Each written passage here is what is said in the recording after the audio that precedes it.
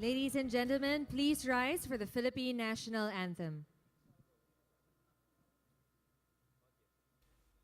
Bayang magiliw, perlas ng silanganan, alab ng puso, sa dibdib mo'y buhay. Lupang hinirang, duyan ka ng magiting, sa manlulupig, di ka pasisiil, sa dagat at bundok, sa simoy at sa langit mong bughaw. May dilag ang tula at awit sa paglayang minamahal. Ang kislap ng watawat mo'y tagumpay na nagniningning. Ang bituin at araw niya kailan pa may di magdidilim. Lupa ng araw ng luwalhati pagsinta, buhay ay langit sa piling mo. Aming ligaya na pag may mga api, ang mamatay ng dahil sa'yo. Thank you. You may now take your seats.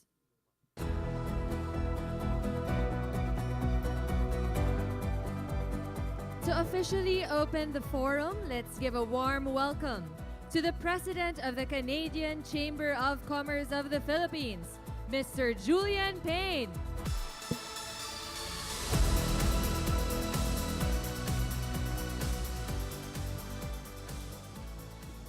Good morning. Good morning to all of you. It's my pleasure and honor to open and to welcome you to this Arangkada forum on behalf of the 7 members of the Joint Chambers of Commerce of the Foreign Chambers of Commerce of the Philippines. Just to mention, the American Chamber of Commerce of the Philippines, the oldest, over 100 years, working in partnership with the Philippines for business for both countries. The Australian-New Zealand Chamber of Commerce of the Philippines, the member from the vast southern hemisphere with its great potential. The Canadian Chamber of Commerce of the Philippines, the largest country in the Western Hemisphere of the Americas. The European Chamber of Commerce of the Philippines, representing a great economic and business bloc in the world. The Japanese Chamber of Commerce of the Philippines, the largest donor of low-cost interest loans for infrastructure and other things. The Korean Chamber of Commerce of the Philippines, for the last 5 years, providing the largest number of tourists to the Philippines and underpinning the great tourism industry. Last and not least, Primuri, representing regional headquarters. These regional headquarters add to the stature of the Philippines as a regional center and deserves to be encouraged. With nearly over 700 participants here today expected, I cannot actually acknowledge every VIP. You are all VIPs. The VIPs who are participating in committees and sessions and panels will be acknowledged by their speakers, but let me welcome you all. I would also like to thank our corporate sponsors. Without corporate sponsors, this event would not be possible.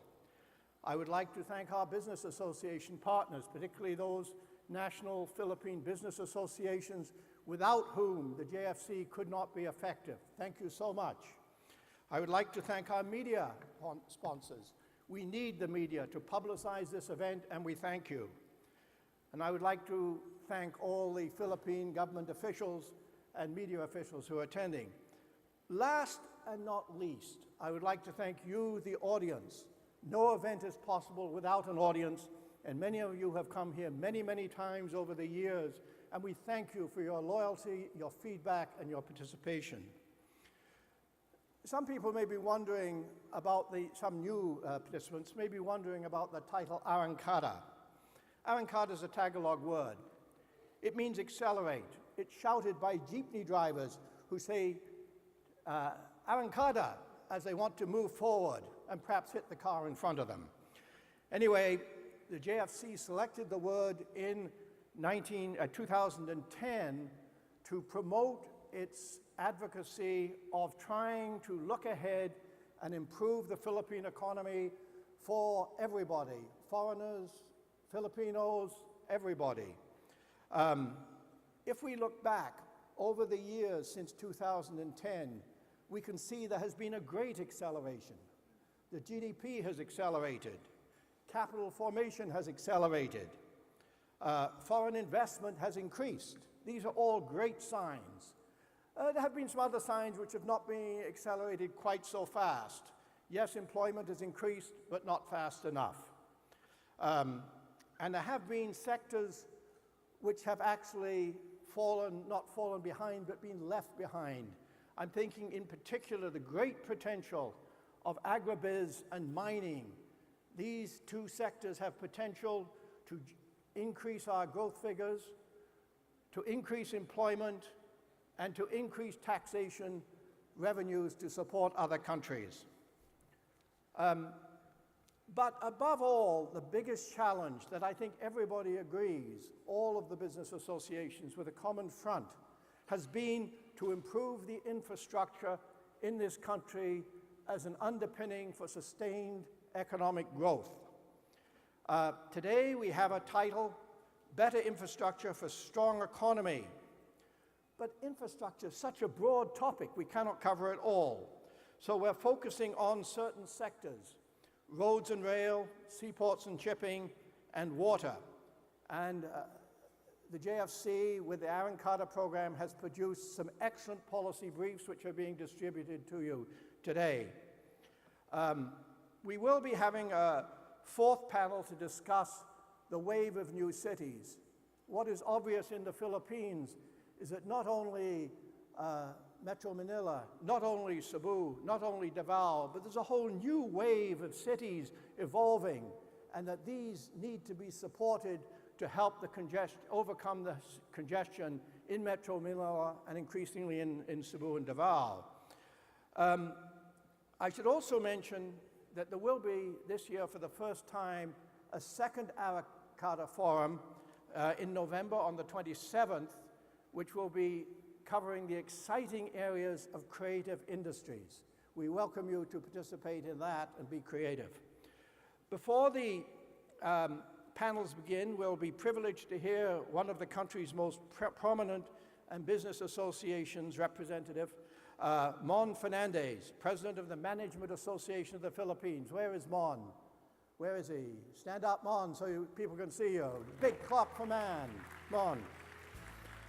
We will also be followed by the chairperson of the Senate Committee on Economic Affairs, Senator Gatchalian. Senator, are you here? Where's the good senator? Not yet. Okay, he'll be speaking to us. He's been a great friend of business, and we're looking forward to hearing his comments. I will now welcome to the podium none other than John Forbes, who is known to all of you, I think. And if he's not, it's a surprise. I believe he's not only known personally, but he also heads the Arangkada office in Ancham, and he deserves to have a big vote of thanks for organizing today's events. Thank you very much. John, welcome Mr. John Forbes. Thank you, John.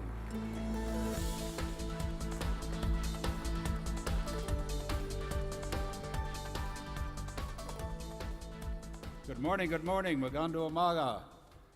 And thank you very much to our cold northern neighbor from Canada, Julian Payne, who I may repeat a little bit, forgive me if what Julian said. Welcome to the 7th anniversary Arangkada Forum. Let me put up the slide once more to thank our event sponsors, of which there are so many, as Julian mentioned, both corporate sponsors, table sponsors, and media sponsors. We fit them all into one slide, and I encourage you to visit their booths outside. You know, this is an interactive forum. We have a hashtag, we have a Twitter account, we have a Facebook, we have something else, I think that's Google. You can communicate to us. We also have Wi-Fi, of course, so that you can do whatever you need to do if you can double task. And we're streaming this. So I also want to say hello to everybody out there in the wide, wide world who may be checking in at European or North American time, or even staying in bed right here in Metro Wet Manila. The program today, I don't want to go over it too much again. Julian has referred to it, but I do want everybody to reach into their delegate kit and pull out this excellent, excellent souvenir program, which has all the details. There is one replacement I understood this morning, and that the mayor of Tagbilaran is not able to come, but we do have Mayor Oka Morena from Cagayan de Oro on the panel on Next Wave Cities. As people mentioned, the president of MAP will give an opening speech, and we will move through a keynote speech, 4 panels. We are giving our Lifetime Achievement Award this afternoon for the, I believe, the 5th time, and we will conclude after the 4th panel with a speech by Senator Grace Poe, the chairman of 2, well, you'll hear more about that later, 2 committees, 2 important, and for the first time, I announce a networking cocktails. So I hope that you will linger a little bit in order to have fellowship and enjoy some wine and hors d'oeuvres with us at the conclusion this afternoon. Now, I'd like to remind people of the themes of the previous 6 Arangkada forums that we have organized. They have the next slide, please. Arangkada means to accelerate. In 2012, in the Marriott Hotel, we had a moving twice as fast. In 2013, it was realizing the potential. In 2014, it was more reforms equal more jobs. 2015, invest now for inclusive growth. 2016, bolder and more inclusive decade to come. The decade ahead, and last year, implementing the 10-point agenda. So moving on to this year, it's better infrastructure, and as Julian mentioned, on November 27th, creative industries, the new industry, the sunrise industry. Way back in 2007, the JFC announced that we should focus on 7 growth areas that we called the 7 big winner sectors. And those are mining, tourism, manufacturing and logistics, agribusiness, business process outsourcing, creative industries, and infrastructure. And as Julian noted, mining and agriculture remain challenged. On the other hand, business processing and tourism and manufacturing and logistics have been strong growth sectors. As I noted, creative industries will be a sunrise, and that brings us to the huge area of infrastructure. Let me note that we have published 2 previous policy briefs on infrastructure. We published broadband, and we published airports. I don't need to hold that up, but if you look in your bags, we have reprinted broadband and airports for you today to have copies, and then we are releasing 3 new ones today. If I get them in order, can we? I've got them all in front of me. This is a little confusing. Will you put them up in the slide, please? There we are. Water. We already used water today, every one of us. It's essential. Roads and rail. We needed a road to get here. In more developed societies, we would have come here by rail this morning. And finally, shipping, particularly in an archipelagic country like the Philippines, the blue economy and its growth is absolutely essential.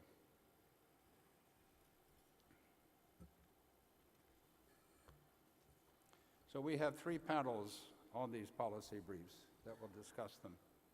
Panel 1 will be on water. Panel 2 will be competitive rail and highway networks. Panel 3 will be ports, seaports, and shipping, and the blue economy. And I'm going to conclude by talking a little bit about foreign direct investment in the Philippines and spending on infrastructure, because these are 2 areas where I think people harp and you see talk about it being too low, et cetera. So we have to focus on its growth over a period of a decade. If we look at FDI inflows, when we started this project in 2010 until now, they've gone up 631%. The JFCs had a target of 7.5 billion to be realized within a decade. So that target was realized in less than a decade. In 2016, more or less, at 6.9, and it's gone up last year to almost 10 billion.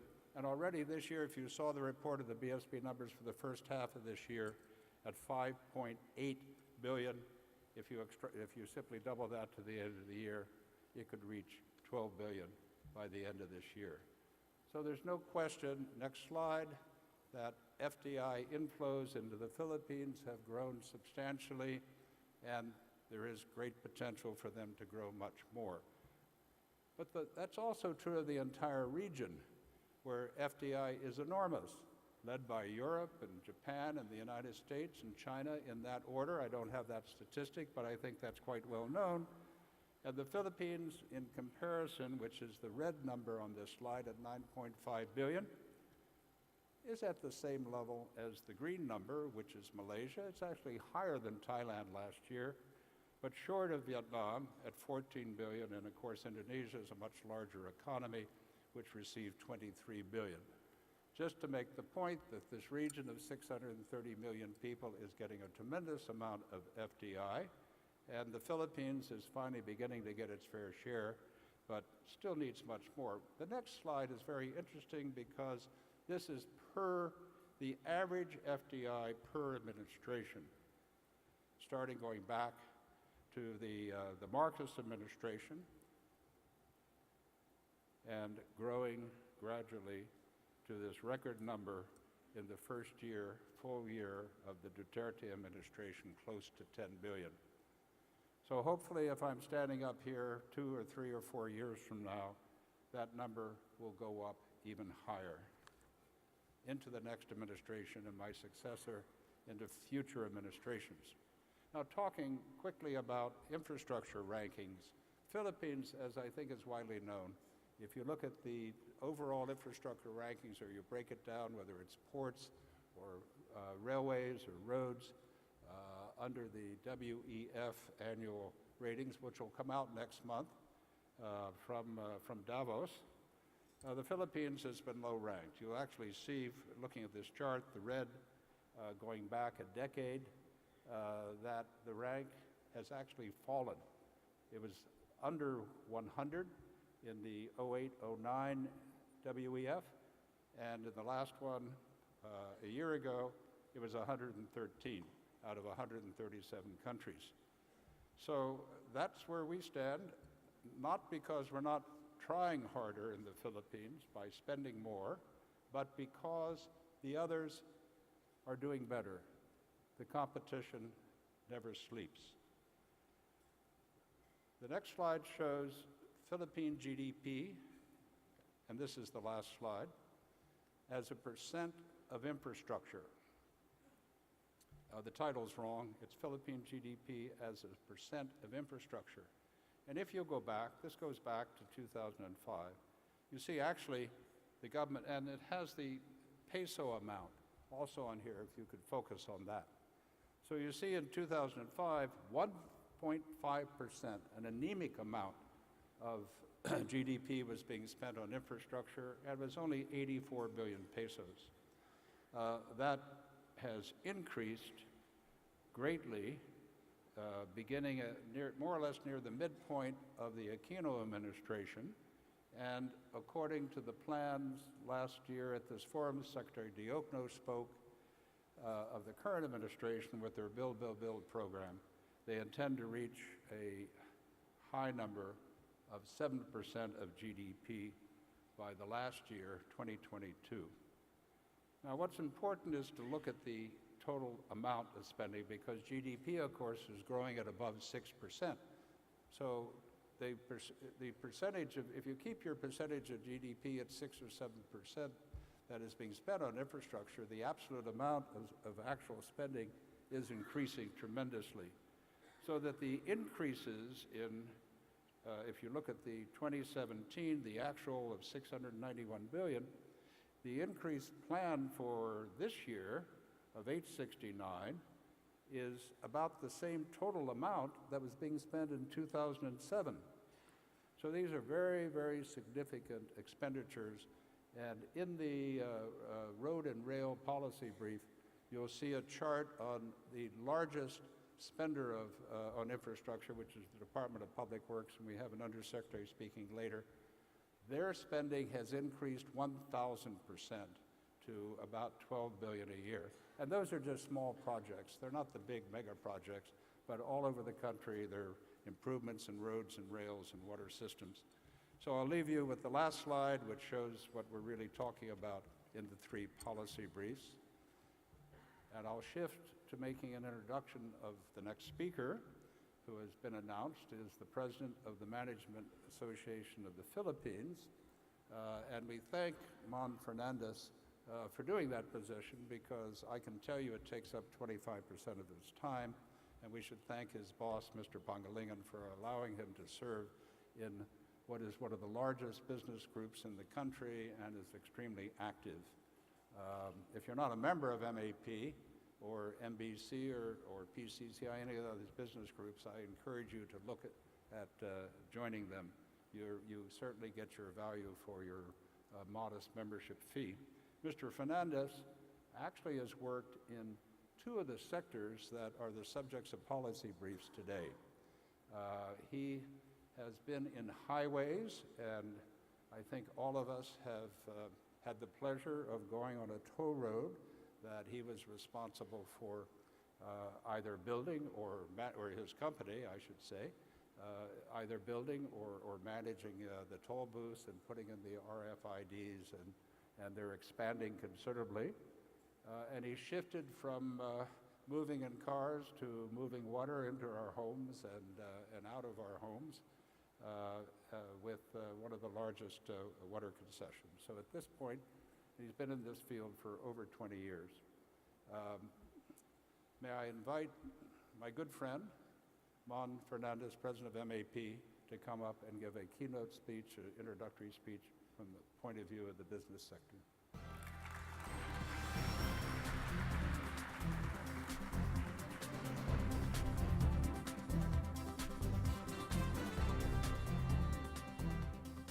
Thank you, John. I will dispense with naming and recognizing all the VIPs here with us today. I'll go straight. Good morning, ladies and gentlemen. Magandang umaga po. I am deeply honored to be opening this year's Arangkada Filipinas Forum. For the last 7 years, this forum has been widely anticipated. It has innovated the way the government and business community work together on national interest issues. The recommendations that have come out of this exercise have helped make the business climate more resilient. Today's forum is devoted to infrastructure and its role in building a strong economy. And rightfully so, because quality infrastructure is key to sustainable growth. Infrastructure is the framework that supports economic growth. Roads, seaports, airports, and railway systems enable trade and mobility. Electricity powers production, and safe water is key to public health. When we put money into building and maintaining critical infrastructure assets, we create more jobs, improve overall productivity, promote a healthy and clean environment, and create wealth. A country's competitiveness is measured through its institutions, macroeconomy, health, primary education, and infrastructure. In the 2017 to 2018 Global Competitiveness Report released by the Geneva-based World Economic Forum, the Philippines ranked 56 out of 136 economies. The report cited inefficient government bureaucracy and inadequate supply of infrastructure as the two most problematic factors for doing business.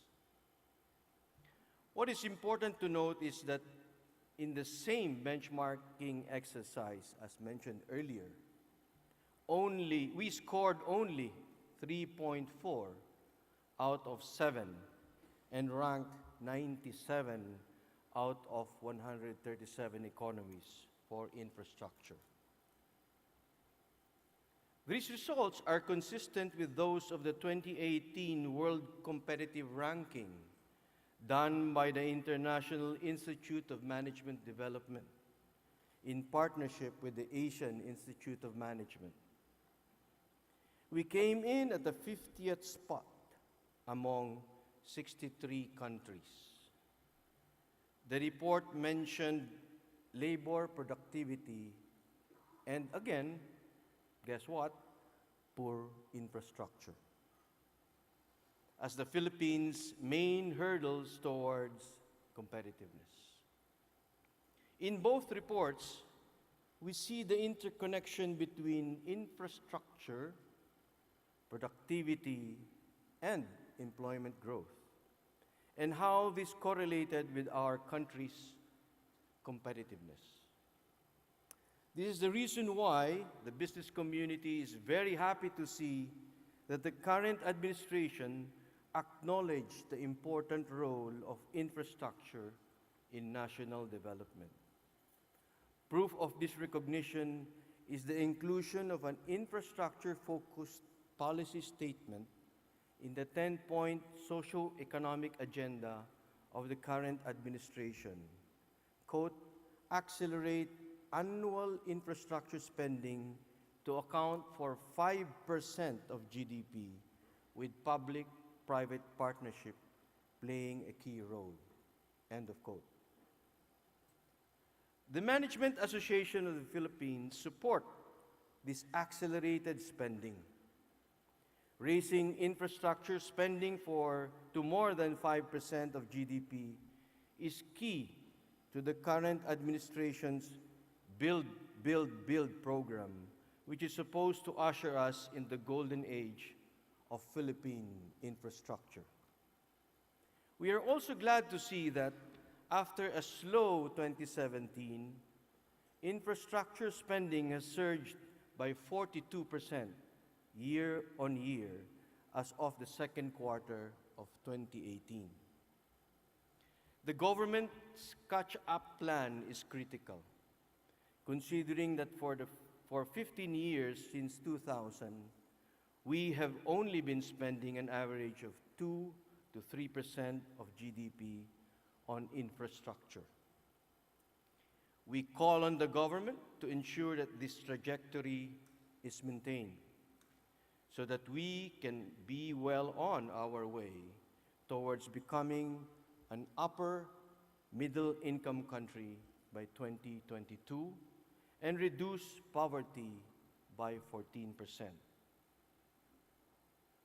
Allow me to spend the next part of my sharing to expound on the Management Association of the Philippines' position on specific and crucial topics, namely traffic congestion, airport, and seaport infrastructures. A high-quality transport infrastructure system enhances economic productivity by enabling efficient movement of people and goods. It is currently estimated that traffic congestion causes the economy approximately 3.5 billion pesos daily. This is how urgent and important the traffic problem is. Given this urgency, what can we do to ease, if not totally address, this problem? Some of the quick fixes that we want to see happen include the following. First, we want to see all mabuhay lanes cleared of all forms of traffic obstructions. More so now, with the announcement that several bridges and a flyover in Manila will be closed for repairs and restoration. There are currently 17 mabuhay lanes designated by MMDA. Illegally parked vehicles and commercial activities along the streets prevent these identified lanes from serving their purpose. Second, we also want to see more qualified enforcers deployed, more qualified traffic enforcers deployed, especially in high traffic areas. We all know that the number of motorists who obey traffic rules is directly proportional to the visibility of enforcers. So it goes without saying that having more qualified traffic enforcers out there will also help ease traffic congestion. Third, more CCTVs should be installed in our streets in support of MMDA's non-contact apprehension policy. It's a laudable program for enforcing traffic rules while eliminating the possibility of corruption. It deserves more investments, definitely, in hardware. We do know that the problem of traffic congestion will not go away with these quick fixes. It must be complemented by the accelerated construction of more elevated roads, as well as limited access metro expressways and also bridges. The Management of Association of the Philippines fully supports the expansion and upgrading of the mass transport system, including light and heavy rail systems, as a sustainable solution to traffic congestion. We also have fully endorsed the MRT and LRT common station, which is currently under design and construction. We believe this will promote intermodal transport and provide a viable alternative to commuters and even motorists. We cannot overemphasize the urgency. The time for concerted action to address traffic congestion is now. Actually, the time for action was needed yesterday. Annual car purchases have doubled from 200,000 in 2012 to as much as 400,000. Records show that for the first half of 2018 alone, an additional of 171 cars were bought from the market. If we don't take this seriously now, the volume of vehicles that we are adding to the pool every day will definitely only compound the problem. The Management Association of the Philippines recognized the work being done to expand the capacity of our airports across the country. Just last June, we saw the inauguration of the new Mactan Cebu International Airport Terminal 2, which has increased capacity to 12.5 million from 4.5 million travelers. Work continues in Mactan Airport as well as in the airports of Clark, Bohol, Bicol, Puerto Princesa, Davao, and Cagayan de Oro, to name a few. Not only that, we're also happy to note the efforts to improve the night rating of more airports. Our very own NAIA has recently transitioned its air traffic management system from Eurocat to CNS ATM. The computerized system will ensure stable and more efficient traffic over Philippine airspace. the Management Association of the Philippines support the Airport Complementation Strategy, which aims to decongest NAIA, give travelers more options for traveling, for flying, and spread development across Luzon.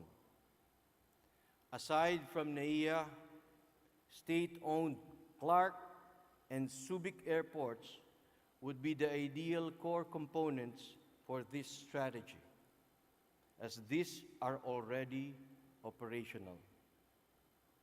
Together, these three airports have the potential combined capacity of 150 million passengers when fully optimized. We believe this is the fastest and most efficient solution to our airport infrastructure concerns. There is also the matter of seaports, as many of our member businesses rely on our network of seaports for an efficient supply chain, from the movement of raw materials to the eventual distribution of finished goods to local and international markets. Port congestion paralyzes business. It affects manufacturing efficiencies, causes missed delivery commitments, and damage business reputation. We simply cannot afford having to deal with another port congestion crisis. Having said all this, allow me to offer, on behalf of the MAP, some insights on the government's infrastructure development strategy. I think part of the reason why we have major and very costly infrastructure issues today is because we have a problem with continuity of projects and policies. We would like to see master plans issued and implemented to the end, instead of resetting with every change of administration. This does not help build investor confidence. Often, changes in policies also mean deviations from contractual obligations. We need to emphasize that businesses just simply want predictability. If we want to see more active participation by the business community, we should start with giving them the assurances that the sanctity of contracts will be upheld. From what we have seen today, I would like to say, after a sluggish start in 2017, we appreciate the increased pace of project implementation this year. However, we need to keep this pace to build up momentum. The government needs to be ready and willing to address the challenges of implementing each infrastructure project. It has to do this with more vigor and political will. Perhaps the same intensity as it is dealing with the current problem in Boracay, with the real honest-to-goodness demolition of illegal structures in our own Boracay. One very important challenge that I'm very sure many of us had to deal with is the right of way. The government needs to put in more budget to the implementation of the right of way law of 2016. We need more qualified people to handle simultaneous and nationwide right-of-way acquisitions. Otherwise, the seemingly minor component will continue to impede implementation and delay timelines. Over the next 10 years, $180 billion is programmed to be infused into the economy in the form of infrastructure investment as part of the Build, Build, Build program. This is expected to create jobs, reduce poverty, attract investors, boost the economy, and promote inclusive development. But one of the important questions that have been raised is, what should be the mode of delivery? Comments and opinions have pitted PPP against ODA. We think we should be looking at ODA plus PPP, with room for both solicited and unsolicited projects. There is no single mode of delivery that will work for all types of projects.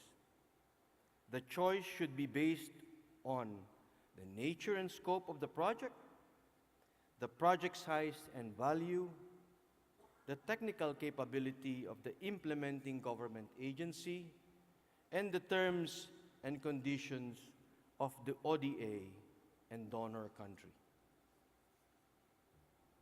Finally, we also want to point out the fact that infrastructure projects are often held hostage by layers and layers of the bureaucratic process. Consistent with one of MAP's theme for 2018 on ease of doing business, we would like to take this opportunity to recommend government action to reduce political interference into infrastructure projects. Given the magnitude of infrastructure projects, we believe that supervision and approvals should be lodged with the executive branch's regulatory agencies. Opening up major national projects to LGU interference will only be counterproductive. We support Arangkada, Philippines. We still have a lot to do together. In closing, I am hopeful that today's activity will give us the opportunity to put our heads together to find more answers. I am also confident that when these answers have been pulled together, what will underpin them is our stronger and shared commitment to the development of our beloved country. Again, thank you very much for this opportunity. Magandang umaga po. Thank you, Mr. Fernandez. To introduce the first keynote speaker for today, let's call on stage the President of the Australian-New Zealand Chamber of Commerce of the Philippines and the Country Manager of Convergia Philippines, Mr. Daniel Alexander. Good morning, everyone. Thanks for coming today, and please join me in another round of applause for Ramon Fernandez. It was a great opening speech. I'm honoured today to introduce the chairman of two of the most important committees in the Philippine Senate, the Committee on Energy and the Committee on Economic Affairs, Senator Win Gatchalian. Our Speaker is a public servant whose integrity and relentless drive to serve his country makes him one of the most dedicated lawmakers of the 17th Congress.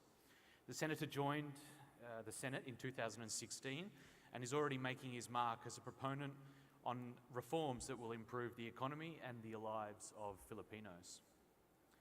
The Senator arrived in the Senate with 15 years of experience in the private sector, divided by 2 terms as a representative of Venezuela City in the House of Representatives and 9 years as City Mayor of Venezuela. Senator Gatchalian helped spark an economic renaissance Venezuela by enacting policies that foster robust competition, encourage investments, and make doing business easier. Before that, he spent a decade in the private sector working in aviation, real estate, hotels, and banking. The senator earned his Bachelor of Science degree in Finance and Operations Management from Boston University. And while studying in Boston, I hope he got a chance to see the Red Sox and the Boston Celtics. As chair of two of the most important committees in the Senate, his approach has had a common theme, and that's to empower consumers. He has steered both committees towards the passage of key measures aimed at fostering the same kind of competitive, investor-friendly, red tape-free environment in the energy sector, as well as the Philippine economy in general. The Joint Foreign Chambers are very grateful for Senator Gatchalian for his efforts to improve the business environment and to help implement point number 3 of President Duterte's socio-economic agenda to increase competitiveness and ease of doing business, and to pursue the relaxation of the constitutional restrictions on foreign ownership in order to attract FDI. In July, he chaired an unprecedented hearing to review the contents of the foreign investor negative list to understand how further liberalisation can positively impact the Philippine economy. Among his signature bills that have passed the Senate but are still pending in the House are the Energy Efficiency and Conservation Act, the Number Portability Act, and the Energy Virtual One-Stop Shop. We look forward now to hearing about the reform policies and the laws that he advocates. And with that, ladies and gentlemen, please join me in welcoming Senator Win Gatchalian to the stage.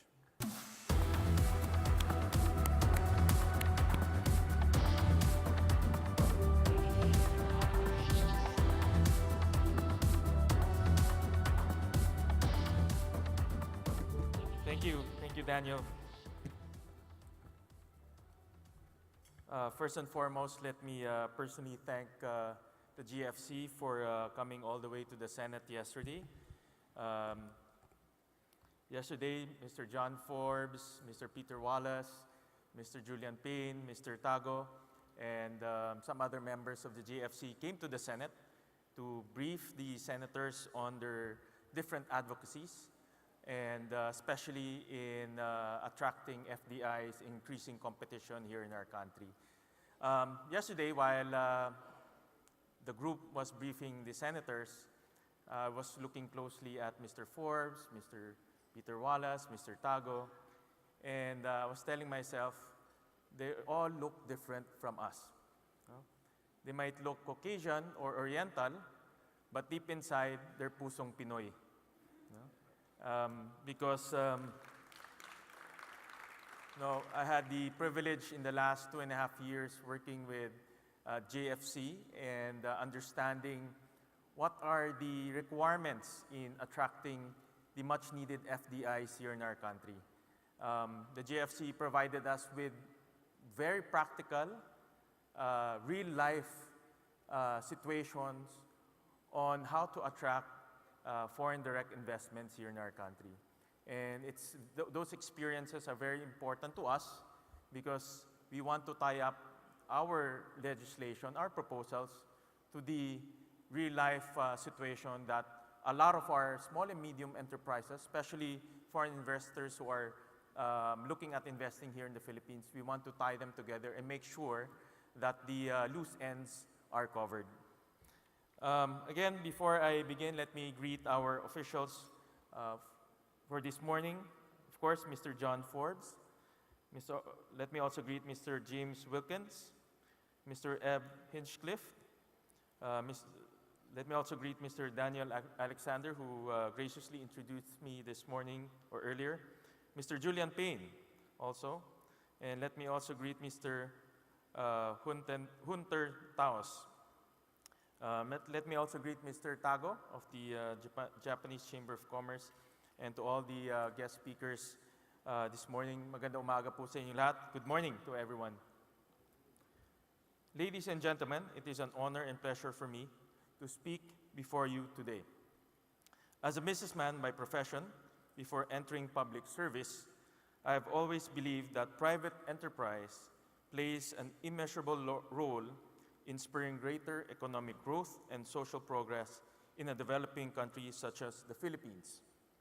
Thus, in order to unlock the great potential of private commercial activity in the business of nation building, one of the important functions of government is to foster an inclusive, efficient, and competitive business environment. A critical indicator of our progress in creating this ideal business environment is the effectiveness and efficacy of foreign investment laws and policies. Thus, in July 2018, the Senate Committee on Economic Affairs conducted a public hearing akin to a portfolio review of the relevant laws and policies. Let us discuss some of our findings. One of the major findings of the committee revealed that the Foreign Investment Act of 1991, last amended 22 years ago by Republic Act 8179 in 1996, opened up certain areas for foreign investment, but it still remains restrictive. While the FIA aims to attract, promote, and welcome productive investments from foreign individuals and entities, certain provisions of the law create substantial barriers in the achievement of its objective, specifically the Foreign Investment Negative List, which contains areas of economic activity wherein foreign equity is restricted or limited. Even more limitations are found in various government issuances, rules, and regulations. The problem is made worse by the restrictive economic provisions of the 1987 Constitution, which were also recommended for amendment at the public hearing. Truly, the liberalization of our foreign investment laws is long overdue. These laws must be made responsive to the needs of the domestic economy and accommodate the dynamics of the regional and global environment. The Philippines has a relatively restrictive and less competitive policy on foreign investment, especially as compared to our ASEAN neighbors who have made great strides in promoting foreign investments. Liberalizing our laws by relaxing or eliminating these restrictions will allow the country to realize the benefits of FDI as the world transitions into a borderless economic community. Data from the Foreign Direct Investment Regulatory Restrictive Index, compiled by the OECD in 2015, reinforces the urgent nature of liberalization reforms in the Philippines. The Restrictiveness Index includes foreign equity restrictions, screening and prior approval requirements, rules and key personnel, and other restrictions on the operations of foreign enterprises in 68 countries, including all OECD and G20 countries. A higher score indicates a more restrictive foreign investment regime. With a score of 0.41 on the 2015 index, the Philippines was the only country to score above 0.40. This means that our laws restrict foreign investment even more than China, which has a score of 0.36. Saudi Arabia with 0.75, Myanmar with 0.36, and Indonesia with 0.31. For comparison, the other countries in Southeast Asia can be considered liberalized with scores less than 0.2. Guided by these insightful findings, the committee has undertaken a proactive role in championing reforms that will usher in a new, exciting era of economic growth and progress in our country through liberalization and competition legislation. Allow me to discuss the salient points of these bills and how they will benefit both the business community and the consumers. For starters, a timely example of how economic liberalization will unlock the potential of government and business to work hand in hand in nation building is the Philippine government's flagship infrastructure initiative, the Build, Build, Build. Through the Build, Build, Build, the Duterte administration plans to spend between 8 to 9 trillion pesos, on expanding and updating the country's outdated national and regional transportation infrastructure. Ultimately, the economic future of the Philippines will rely greatly on the speedy completion of this revitalized network of roads, bridges, rails, seaports, and airports. The Build is truly a massive undertaking, with 44,000 projects having been bid out over the first 2 years of this administration alone. The workhorses of this undertaking are none other than the private construction firms contracted to provide the materials and manpower to turn the government's blueprints into finished concrete structures. Recent pronouncements by the government indicate that a non-stop, around-the-clock work regime could be put in place to speed up construction, meaning that we will need more private contractors than ever. This is a perfect opportunity to harness the capabilities of foreign construction firms to augment the capabilities and capacities of local firms. Unfortunately, antiquated laws and policies restrict foreign participation in construction and public works projects. To tap the great unrealized potential of foreign firms in making Build a success, I filed a trio of bills focused on the liberalization of the Philippine construction industry. Senate Bills 1907, 1909, and 1921 respectively seeks to amend 3 laws which regulate construction and public works projects. These laws are Commonwealth Act 541, or an act to regulate the awarding of contracts for construction or repair of public works, Republic Act 4566, or the Contractor's License Law, and Republic Act 9184, or the Government Procurement Reform Act. Essentially, these bills seek to remove nationality restrictions and provide equal opportunities to both domestic and foreign construction firms in applying for licenses and bidding for public works contracts. The end result of these reforms will be the institution of a free and fair competitive regime wherein public works projects, from simple to farm-to-market roads to big-ticket infrastructure initiatives, will be awarded to the firm which can provide the highest quality final product quickly and for the lowest cost, regardless of nationality.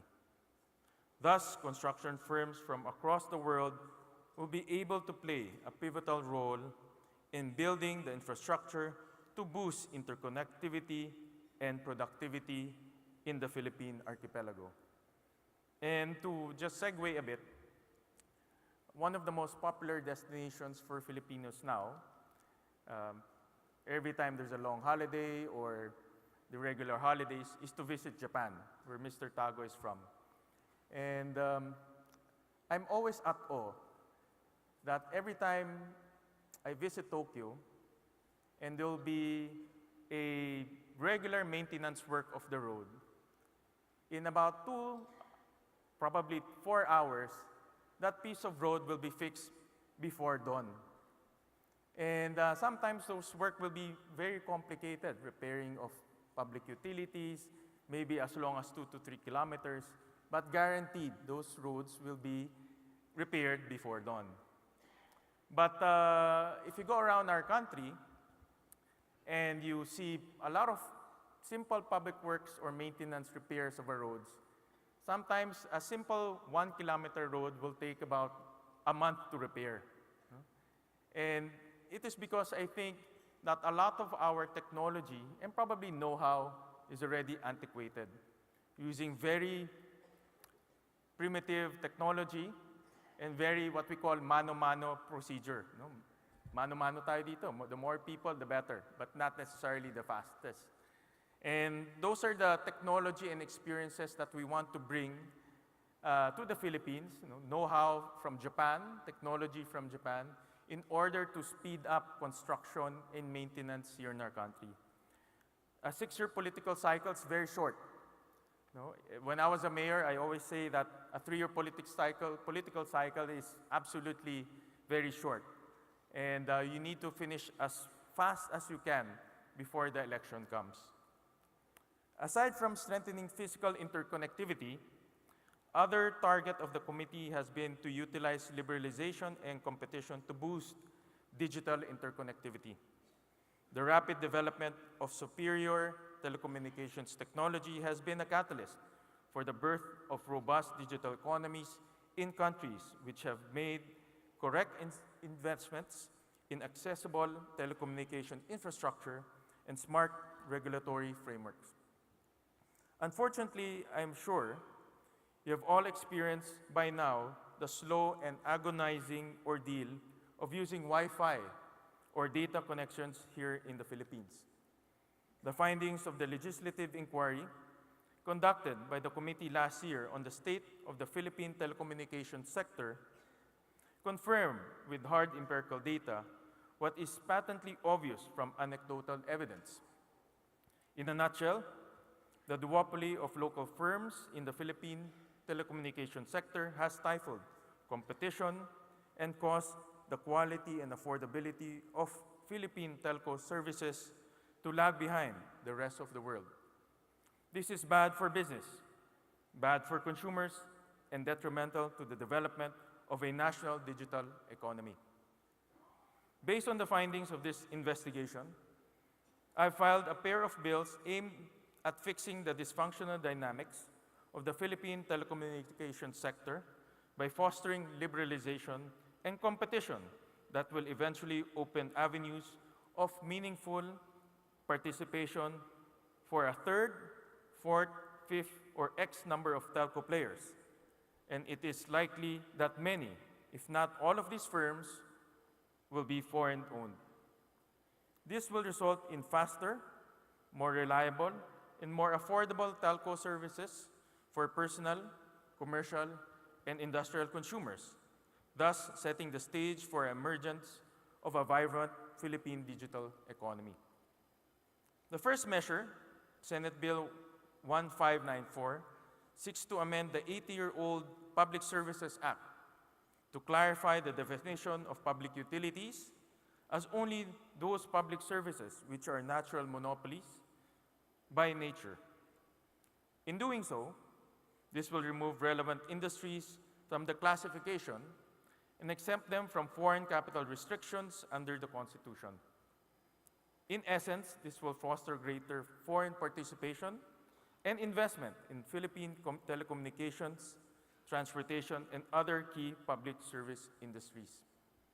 Meanwhile, Senate Bill 1644, or the Open Access in Data Transmission Act, will allow for the entry of additional telco players without requiring a congressional franchise by shifting towards an open access model in data transmission instead of a single vertically integrated network.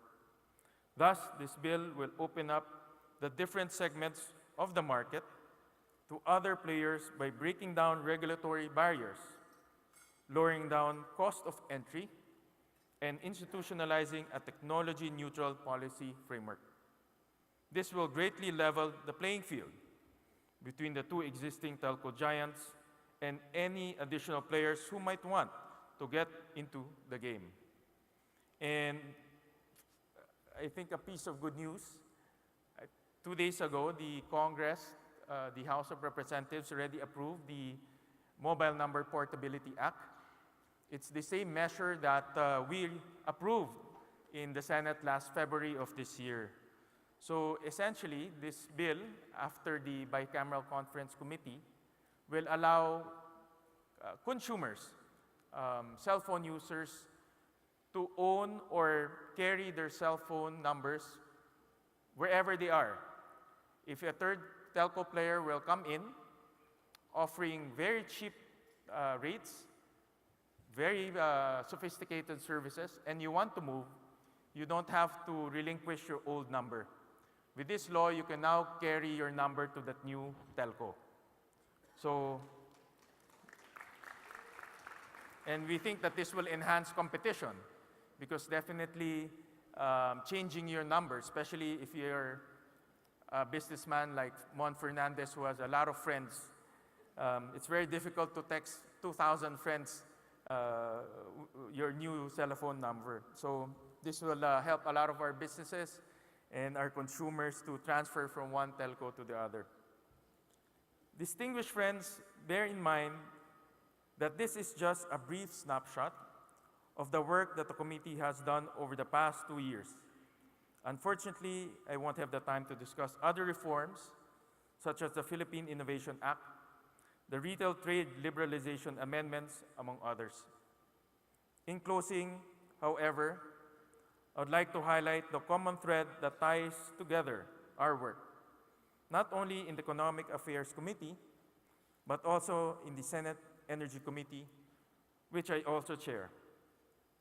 In essence, the underlying philosophy at the heart of our legislative initiatives is the belief that free, fair, and vigorous competition in commerce, industry, and public services will result in game-changing benefits for consumers.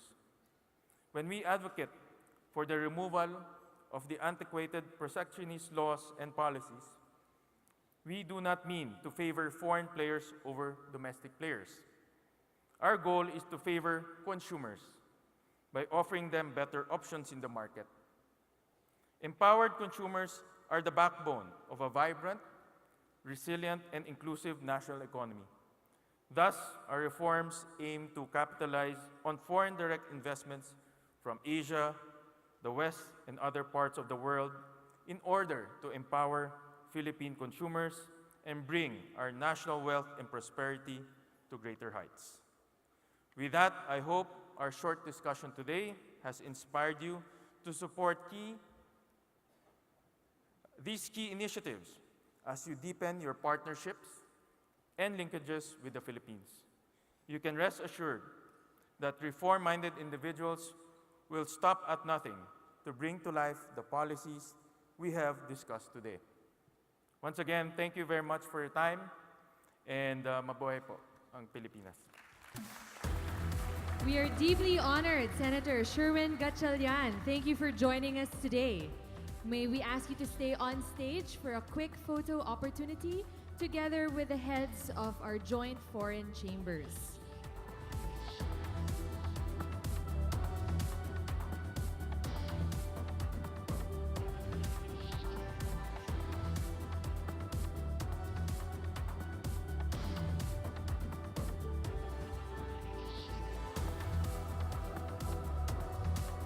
We would also like to present you with our token of appreciation. Ladies and gentlemen, Senator Sherwin Gatchalian.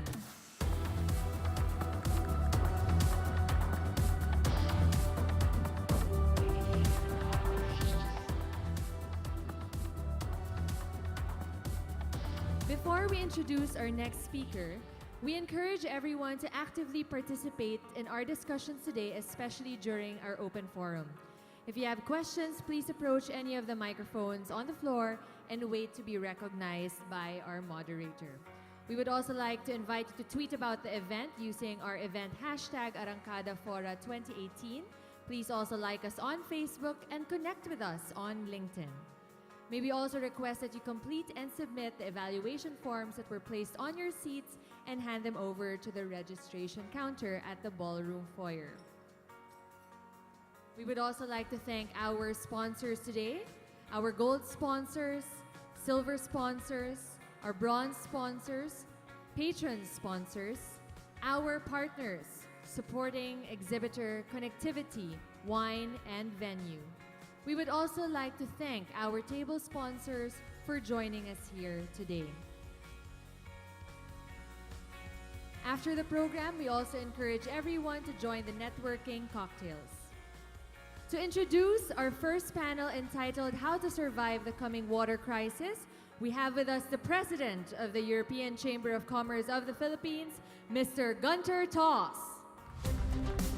Thank you very much. Magandang umaga po sa inyo lahat. Good morning, everyone.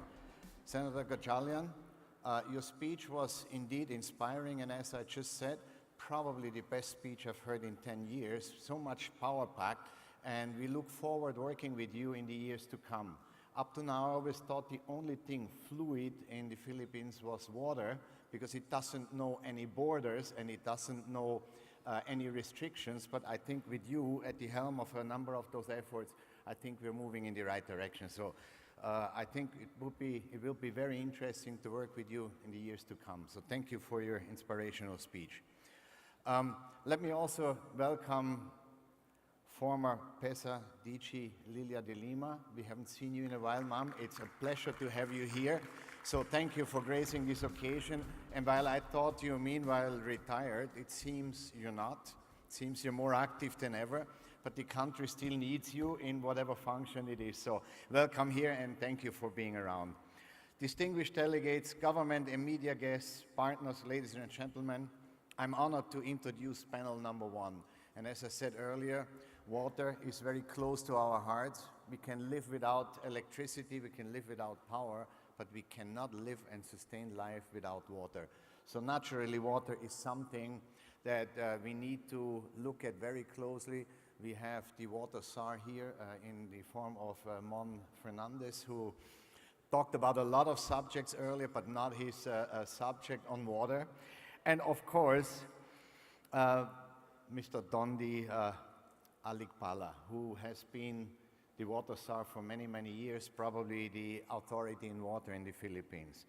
So, to introduce panel number 1, how to survive the coming water crisis. Our presenter is one of this country's leading experts on water. Again, Mr. Dondi Alikpala. Thank you, Dondi, for being here. He's the former administrator of MWSS. And he will join the panel with me and 3 more experts on water, namely Mon Fernandez, President and CEO of Maynilad Water Services, Engineer Dolores Hipolito from the Flood Control Management Cluster of DPWH, and Chris Ilagan with 3M, formerly Manila Water, principal author of the policy brief. So you have a lot of experts on this panel, and I'm sure it's going to be a very interesting discussion. Our moderator will be Patrick Cook, regional editor of Asia of the Oxford Business Group. The Oxford Business Group has been a media partner of the Arangkada Forum for several years and annually publishes a nearly 300-page report on the Philippines.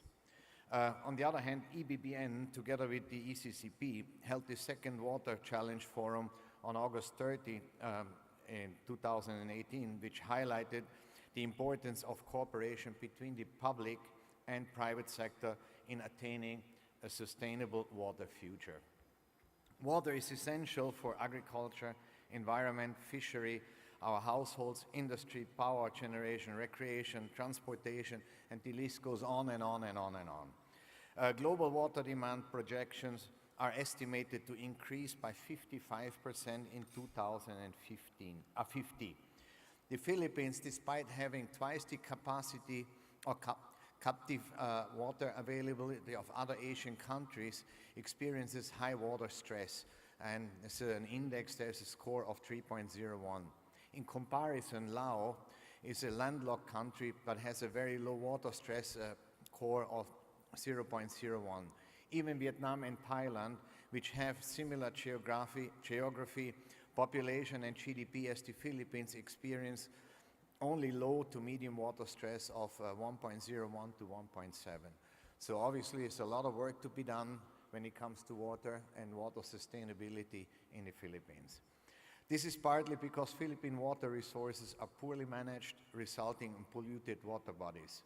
According to DENR, out of the sampled 127 freshwater sources, only 47 proved to have satisfactory water quality.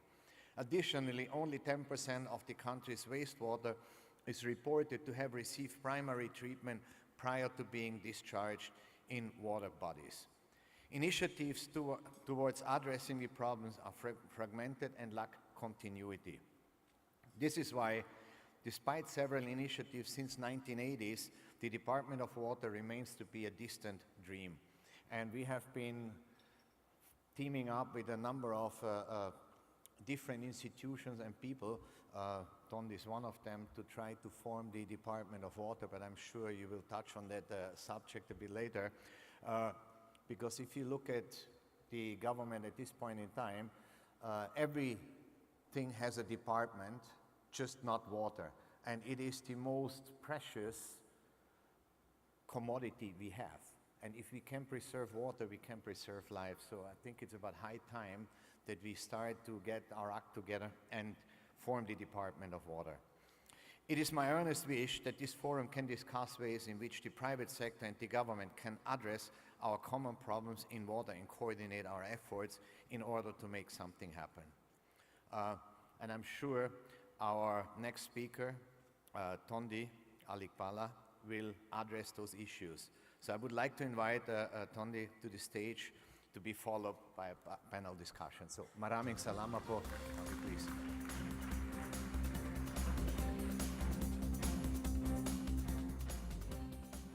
Gunther actually just summarized my entire presentation. Thanks, Gunther. So, shall we start? So, people always ask me, do we have enough water? We actually do have enough water, but we are still in a crisis. Next, please. Next. Next.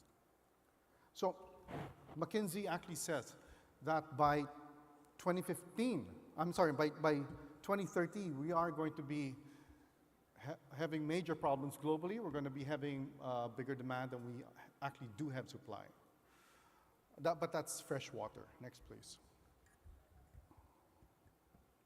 Next.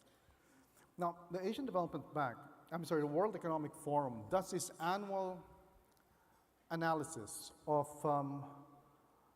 likelihood of tragedy and disaster and the impact it might have. Next, please. And what's interesting is that since 2012, we've seen water in the top 5 of risks in terms of impact. It has consistently been in the top 5 of all these studies since 2012. And the 2018 study just came out a couple of months ago, and water is still up there in the top 5. Are we prepared? That's, I think, the question we have to ask ourselves. Next, please. Next. The Asian Development Bank also did a study on how prepared countries are in terms of water security. They covered 5 areas. Household water security talks about if a household has access to water supply and sanitation.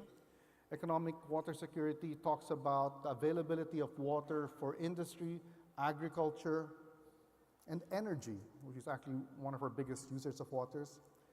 The next one is the ability of a water utility or a local government to supply the necessary requirements in terms of water supply, sanitation, and even drainage issues. Environmental water security talks about how healthy our rivers are and to what extent are we doing to ensure the health of our rivers. And Gunther did say that, well, 8% or 52% of our waters are essentially biologically dead. The last one is how, in terms of risk, how prepared are we for droughts and floods as a country? Next, please. So the question is, how did the Philippines do? Next. In 48 countries, the Philippines ranked 38. There's really a lot for us that is necessary to bring us up in the list. Next, please. One of the biggest problems we have next is that this article just came out a few days ago.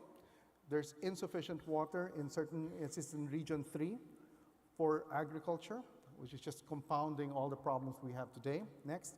But also follows the problems we've been having almost every year. We're just consistently bombarded by disaster after disaster, and all of these have direct impacts on our water resources, and this impacts on energy, it impacts on agriculture, and it's this incredible domino effect. But we're really not doing anything about it in terms of water management. Next. Next. So climate change again compounds the issue. And what we're seeing is that with climate change, you're going to be seeing more intense typhoons, you're going to be seeing longer drought periods, and which will impact on hydropower, irrigation, and fisheries, industries, and municipal use. Incidentally, more water actually goes to industry than it does to all the water utilities combined. Next. Next. We're also going to be seeing more conflicts. Right now, we're seeing conflicts already between irrigation and hydropower, between irrigation and water supply, and between water supply and other users. And we're seeing conflicts between local governments who are trying to claim water as their own. Next, please. Next. A study made by the Ateneo's Manila Observatory also projected within the next, by 2050, we're going to be seeing rainfall increase as much as 44% in Luzon. While it might sound godsend that we're going to be having more water, it just means we're going to be getting more rainfall over a shorter period of time. And if we can't store that, we're going to be seeing more floods. And if we have a shorter period of rainfall, that means we're going to have longer drought or dry seasons. Next, please. Another problem is we're going to see rainfall decrease in Mindanao by about 35%. That's going to impact agriculture. That's going to impact hydropower. In terms of water supply and sanitation, next please, we're seeing that we are doing a study right now, and we see that less than 45% of our households actually have household connections. Most of Filipinos don't have water connections in their homes. Next, please. Next. And 14 million Filipinos don't have access to safe drinking water. Most of their sources are unsafe today. Next. Sanitation is still a continuing problem. Many households still practice open defecation. It also means they don't have access to toilets. If 4.23 is the national average, we're seeing high numbers in ARM, Region 5, and Region 8. Government's not really addressing this. While government might be looking at water supply because it operates at the utility level, there's still that sense that sanitation is supposed to be solved by homeowners. So utilities don't really get into that aspect of toilets and health. Next, please. Regardless, and because of that, however, we're seeing deaths. Filipinos still die from diarrhea. We still get people who die every day because of poor sanitation. Next, please. Next.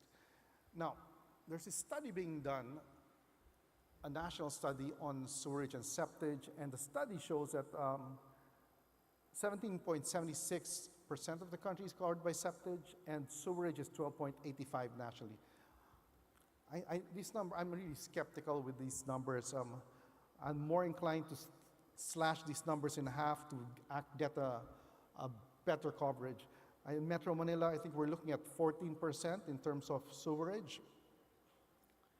And if Metro Manila already covers about 20%, or well, Mega Manila covers about 20% of the country, we don't see sewer systems actually outside Metro Manila, which means the national numbers should be a lot lower than we have here.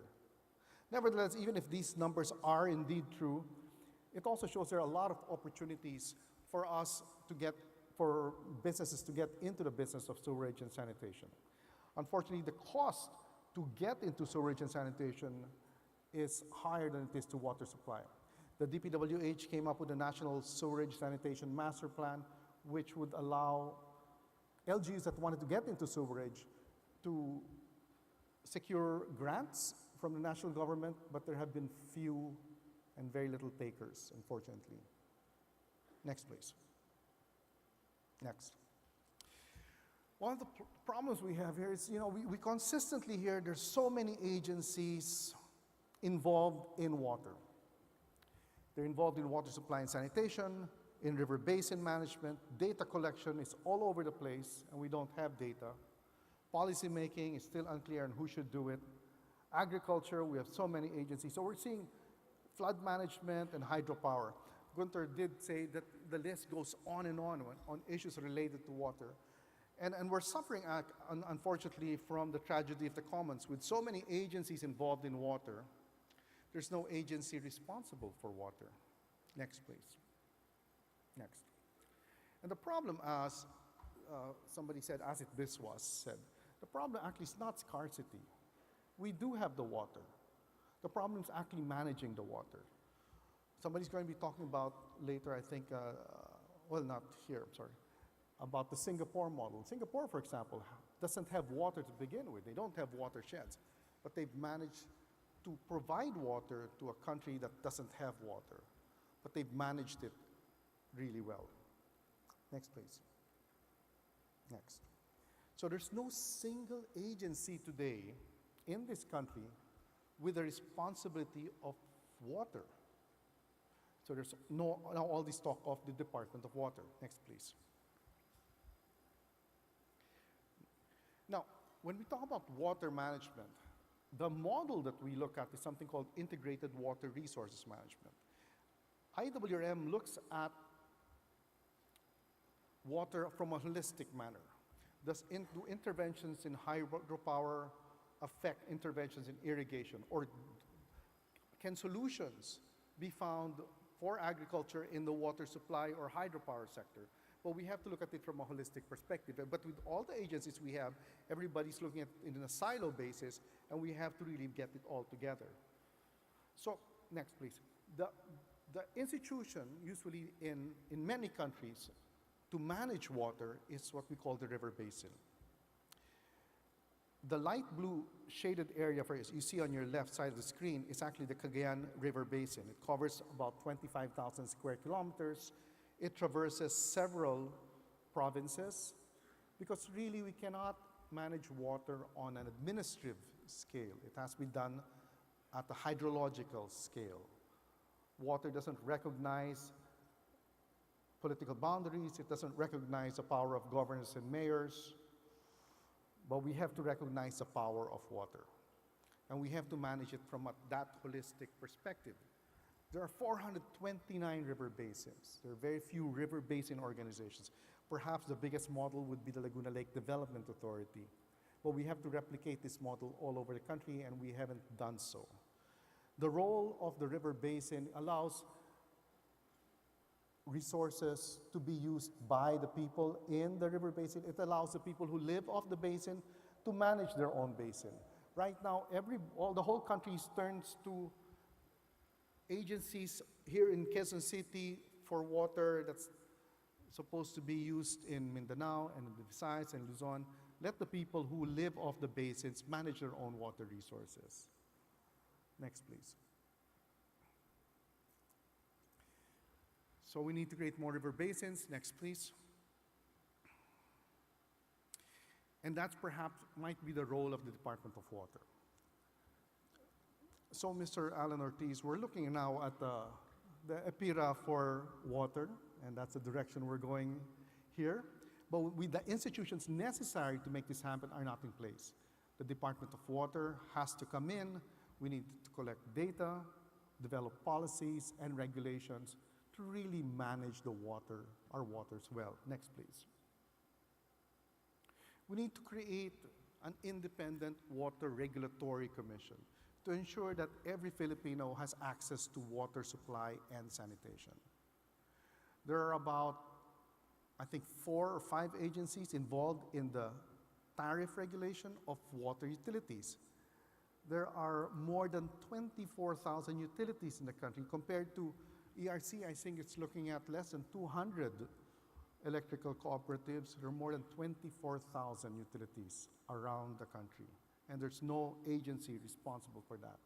So what we have are you have cooperatives and LGUs and water districts.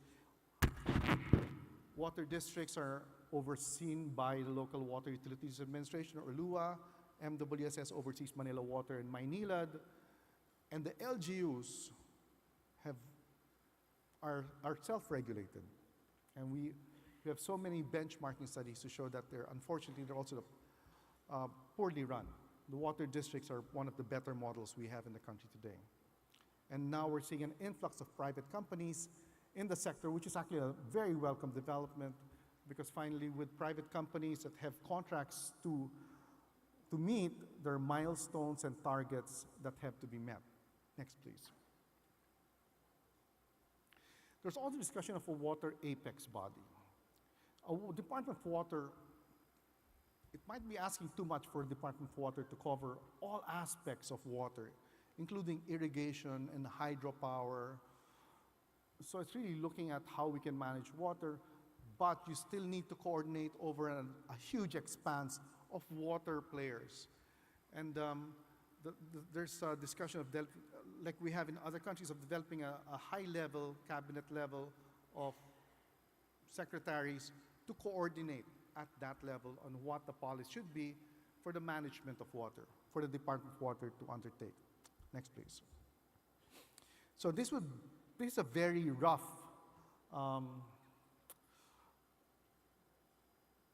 structure of what we're going to be looking at over time. There are now there are pending laws for Department of Water. The Water Regulatory Commission has been pending in Congress since 2011.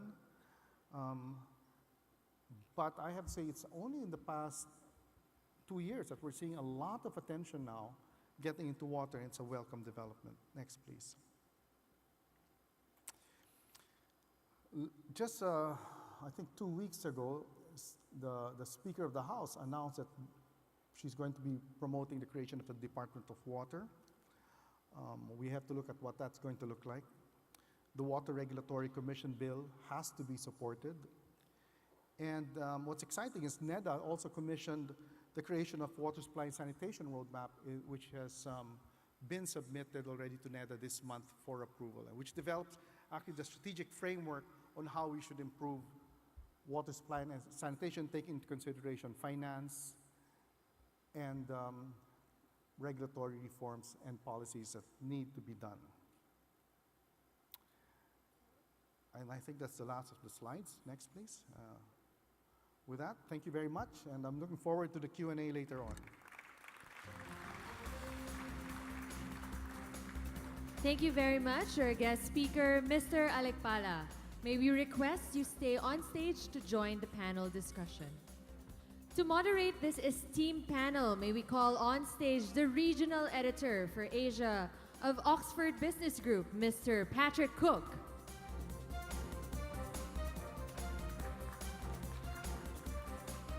May we also call on stage our panelists. First up, the President and CEO of Maynilad Water Services Incorporated and the President of the Management Association of the Philippines, Mr. Ramoncito Fernandez. Next is the Project Manager of the Flood Control Management Cluster of the Department of Public Works and Highways, Engineer Dolores Hipolito. And our third panelist is the Government Affairs and Markets Leader of 3M Philippines, Mr. Christopher Ilagan. And to complete the panel, may we call back on stage the President of the European Chamber of Commerce of the Philippines, Mr. Gunter Toss.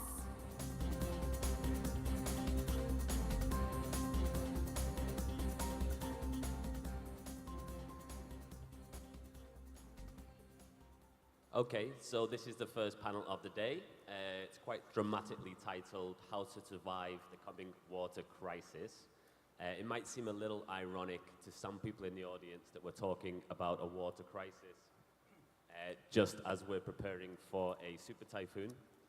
But as we'll see, and as you mentioned in your speech, and as we'll talk about in the panel today, obviously climate change and extreme weather events are part of the challenges facing the sector.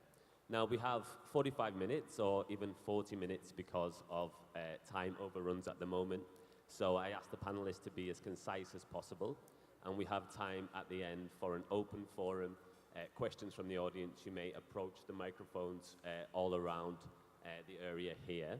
So we'll go straight into it. Donde, I'd like to start with you. You gave us a great overview of the sector and the challenges facing water here in the Philippines. If we look, first of all, at infrastructure, I mean, mentioned a lot already is the Build, Build, Build program of the government at the moment. To what extent do you think the BBB initiative is sufficiently addressing the major infrastructure gaps in water and sanitation across the country? Well, it's not sufficiently addressing the waters. We're not seeing, we don't have any build projects in the water sector. I think everyone's shaking their heads. And it's interesting, in the previous administration, Babe Singson, who was the water czar, and he came from Maynilad, and he was head of DPWH, he was actually saying, if the government can spend for roads and other infrastructure, why can't it spend for transmission of water or bulk water supply to our provinces? And that's something that should be explored because it will impact on several areas. One, it will allow fourth and fifth class municipalities that can't afford to develop their own water sources to be able to tap inexpensive water. And it'll help lower tariffs across the board for the entire country. So there has been no discussion on build for water, unfortunately. And Chris, I mean, in your professional life, you have an interest in public-private partnerships. How do you assess the sort of attractiveness, really, of the PPP framework for enticing private participation in water infrastructure development? Well, coming from one of the concessionaires, we actually do have I guess you can say, a good case study, right? That kind of gives a good sense of the potential of PPP. Unfortunately, I mean, we do have laws like the BOT law. There's a current law right now, the PPP Act, that they're pushing for in Congress, which would probably pave the way for I guess you can say, sort of legal framework that would maybe make water PPPs a bit more attractive. But there is a big role, I think. I mean, PPP will not solve all the water problems. Publicized examples of water pollution in the Philippines, also known internationally. Now, Boracay, decisive action was eventually taken. Manila Bay, there's been quite long drawn out efforts to clean up Manila Bay. So what lessons do you think can be learned from the efforts to address the water pollution in these two areas? Well, aside from climate change and the rising population and industrialization, it's pollution that affects clean water sustainability. And having said that, we have seen how our garbage was thrown back after storms into Rojas Boulevard. So, in fact, also a study by Greenpeace has mentioned that 48% of water pollution is caused by domestic waste. And therefore, the need to really invest some more on sewerage systems and septage sanitation systems. And for Metro Manila alone, the two concessionaires, with approval of the MWSS, will be spending at least 150 billion in the next 10 years on sewerage and sanitation for Metro Manila alone.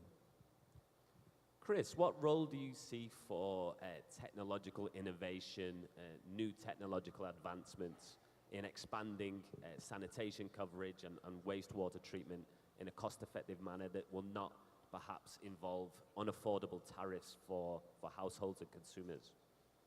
You take a look at the policy brief. That actually did come up as one of the recommendations. And it was actually incorporated because we had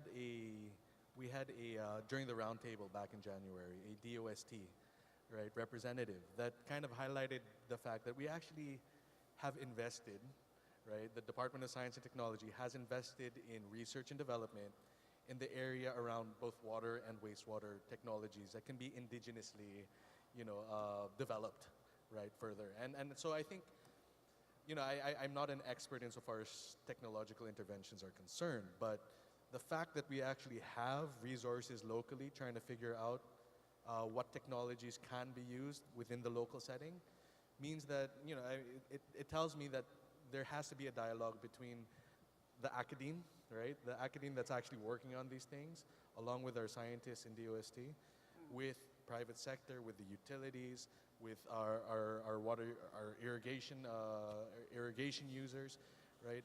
That needs to happen. And I just guess, what I see a lot of is foreign technology as well. I mean, foreign technology, obviously the fact that it's there is something that we should be looking into. But locally, right?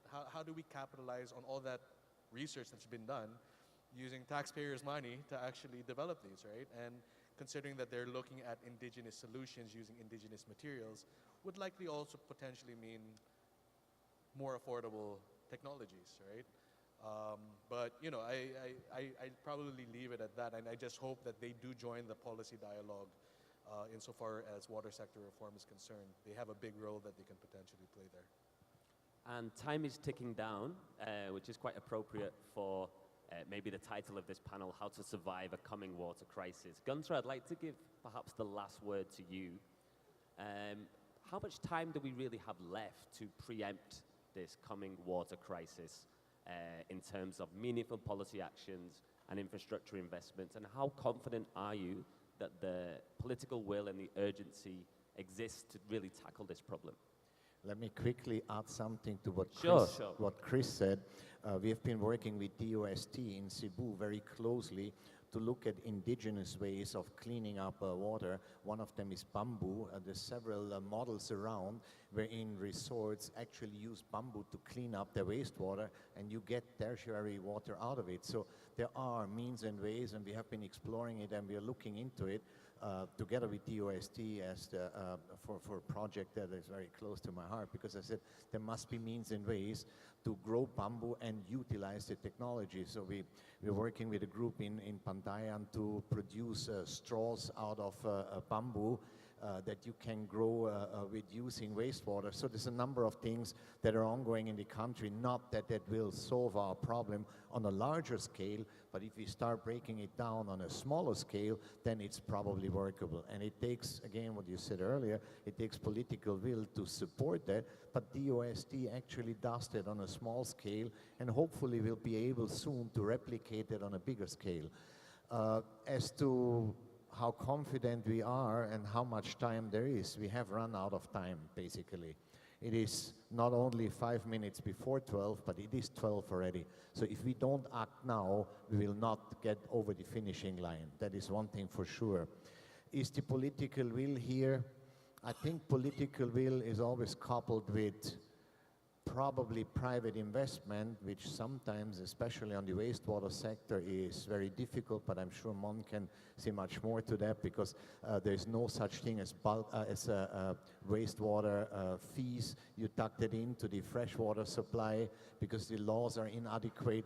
But again, you know, a good old Filipino saying is never give up hope. So we hope and we work diligently towards solutions to address all these issues, and I think you have very powerful people here that can make a difference and that have been working towards a solution to make the difference. So I think we should all roll up our sleeves and get to work and make sure that we put the right policy in place, that we put everything there, proper framework, political will, and involve the private sector, and I'm sure we can get over the finishing line. Okay, excellent. Well, I think we timed that perfectly, actually. So thank you very much for your very concise, insightful comments. We'll now open it up to the audience. So if you have a question, you may approach one of the microphones. Yes, I have a question. Is this directed to Gunther? I'm the Secretary General of the National Roadmap and Summit coming on November 21. And I take the question, what is the role of foreign chambers? And I'd like to make an announcement, and I want Gunther to answer. We are running a very tight ship, so we have 6 departments, or the conveners, the Senate, the House, and 2 private sector organizations. But now that we have time, we have 2 months left, I want to ask Gunther if he's willing to step up to the challenge. I'm not the convener. The convener would be the Senate, the House, 6 departments, and 2 private sector organizations. I want to expand that, the 2, to include, recently we're asking MEP and Alliance, but I want to ask the foreign chambers, because it is Gunther's ECCP that has said 3 annual water challenges. It is Arangkada that is doing a lot of work here, fantastic. So I'd like Gunther to ask him this. Between now and November 22, incidentally, I'm leaving build to go to water. I was the president of Cement for 12 years and ASEAN president of Cement.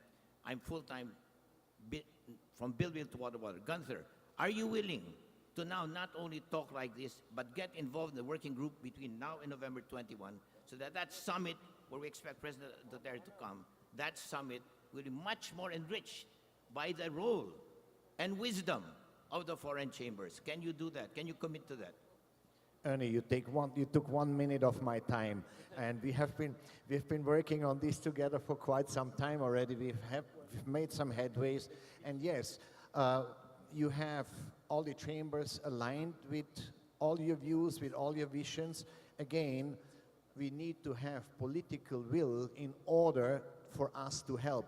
I see the Danish ambassador smiling at me because I know the Danish government has money sitting there waiting to be invested, but we cannot because you do not allow foreign corporations to come in directly. So again, let's address the political issue and then we address the rest.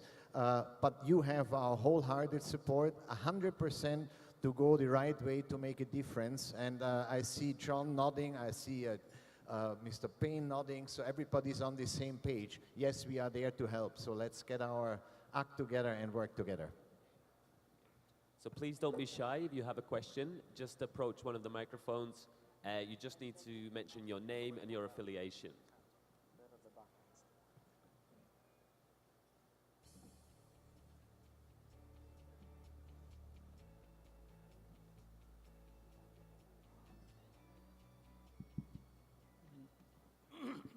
My name is Esteban Silva. I'm a retiree. I'm here for mental gymnastics and knowledge of the country. Question is for Manila Water. According to MJ Hammer on waste water and waste water managed technology, for every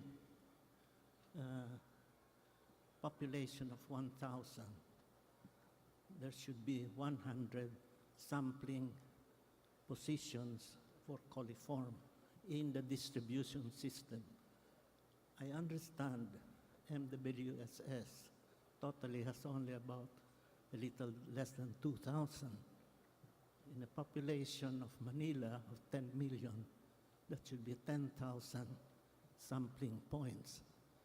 This is in the book of MJ Hammer, published in the John Wiley and Company, 1977.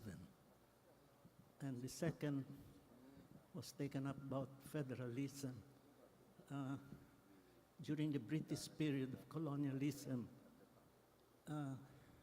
water was allocated for Egypt at 80% of the Nile River. At the time of Nasser, it was again confirmed, 1953.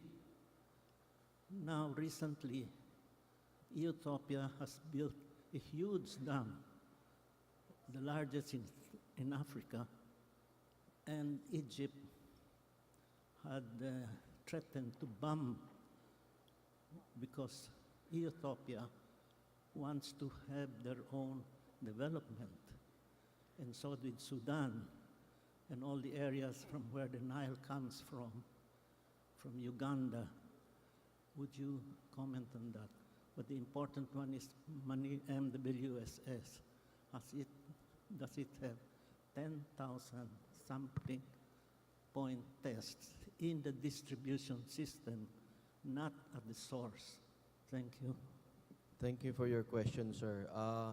The short answer to your long question is simply that we in Metro Manila with MWSS and Manila Water, we guarantee safe and potable water at the before the meter of your household.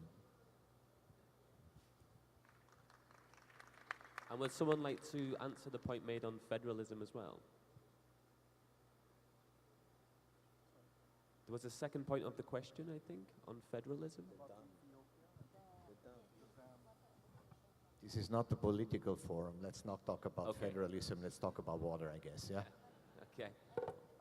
Well, the time is up anyway, so thank you very much. Thank you for all the panelists. We really appreciate it.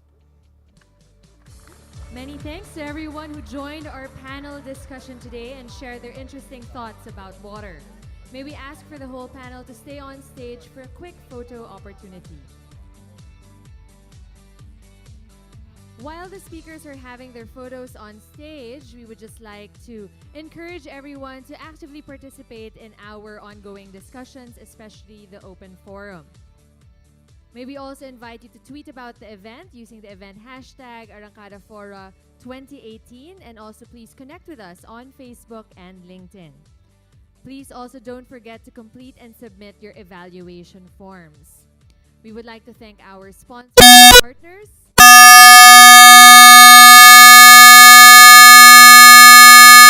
Bronze sponsors, patron sponsors, supporting partners, exhibitors, connectivity partner, wine partner, venue partner, table sponsors, and of course, our partners from the media.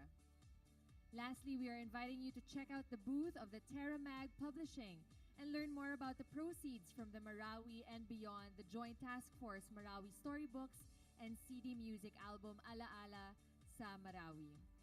The sales proceeds will be given to the dependents of our fallen heroes, personnel wounded in action during the Marawi crisis, and the enhancement of the research capability of the Philippine Army. After the program, may we invite everyone to stay to join us at the networking cocktails at the foyer and exhibition area. To introduce the next panel entitled Competitive Rail and Highway Networks, may we please call on stage the President of the Japanese Chamber of Commerce and Industry of the Philippines Incorporated, Mr. Naoto Tago.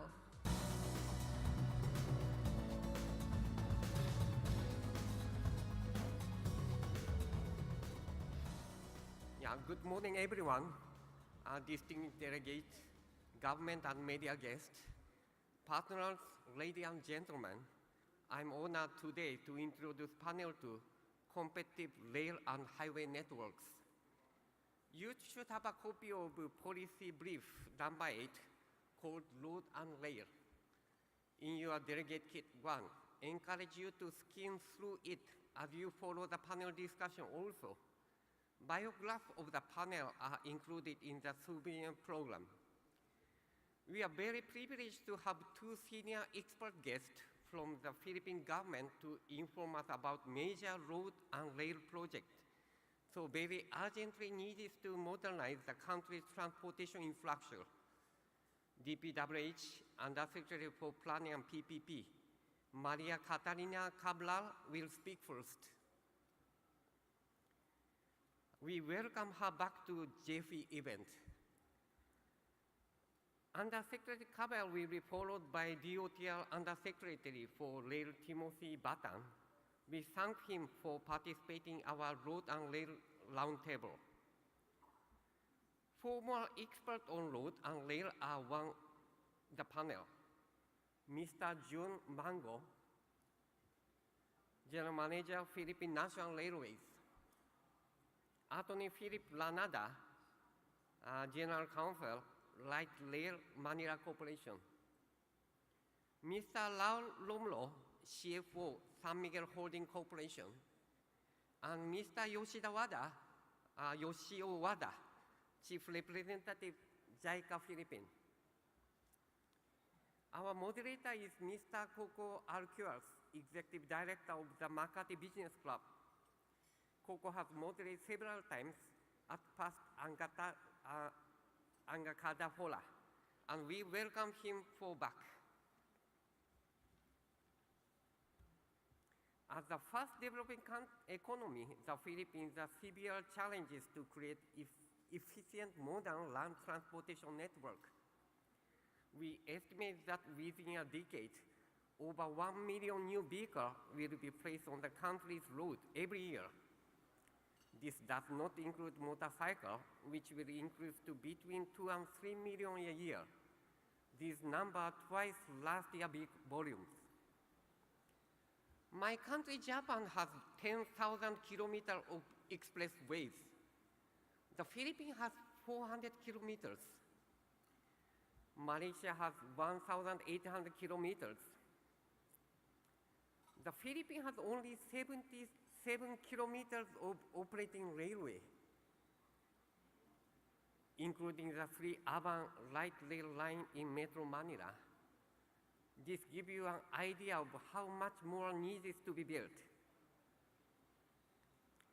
Does this mean Armageddon inevitable? That Manila and other cities could become uninhabitable? No, it does not. What it means is that no prevent such dismal scenarios, the country will need thousands of kilometers of expressway and rail line, equal to Malaysia and Thailand. It will require a robust network of rail line in the Manila region and Cebu, and also more bridges crossing river and bays and between islands, as well as better RORO. Our policy brief, which is co-sponsored by 70's leading business group, lists a substantial number of expressway, rail, and bridges projects underway, soon to begin, and being planned. This is very encouraging, but will be it enough? Are the government targets to complete so many big projects in just 4 more years in 2022 realistic? Lengthy bureaucratic approval, including by foreign donors and through right-of-way acquisition, still delays the completion of most projects. Nevertheless, we are optimistic that government plan will progress and recommendations made in the policy brief will be implemented. The country needs build, and more. Now, I'd like to invite Undersecretary Carver to the stage to be followed by Undersecretary Batam and the panel discussion. So can I invite Undersecretary Carver?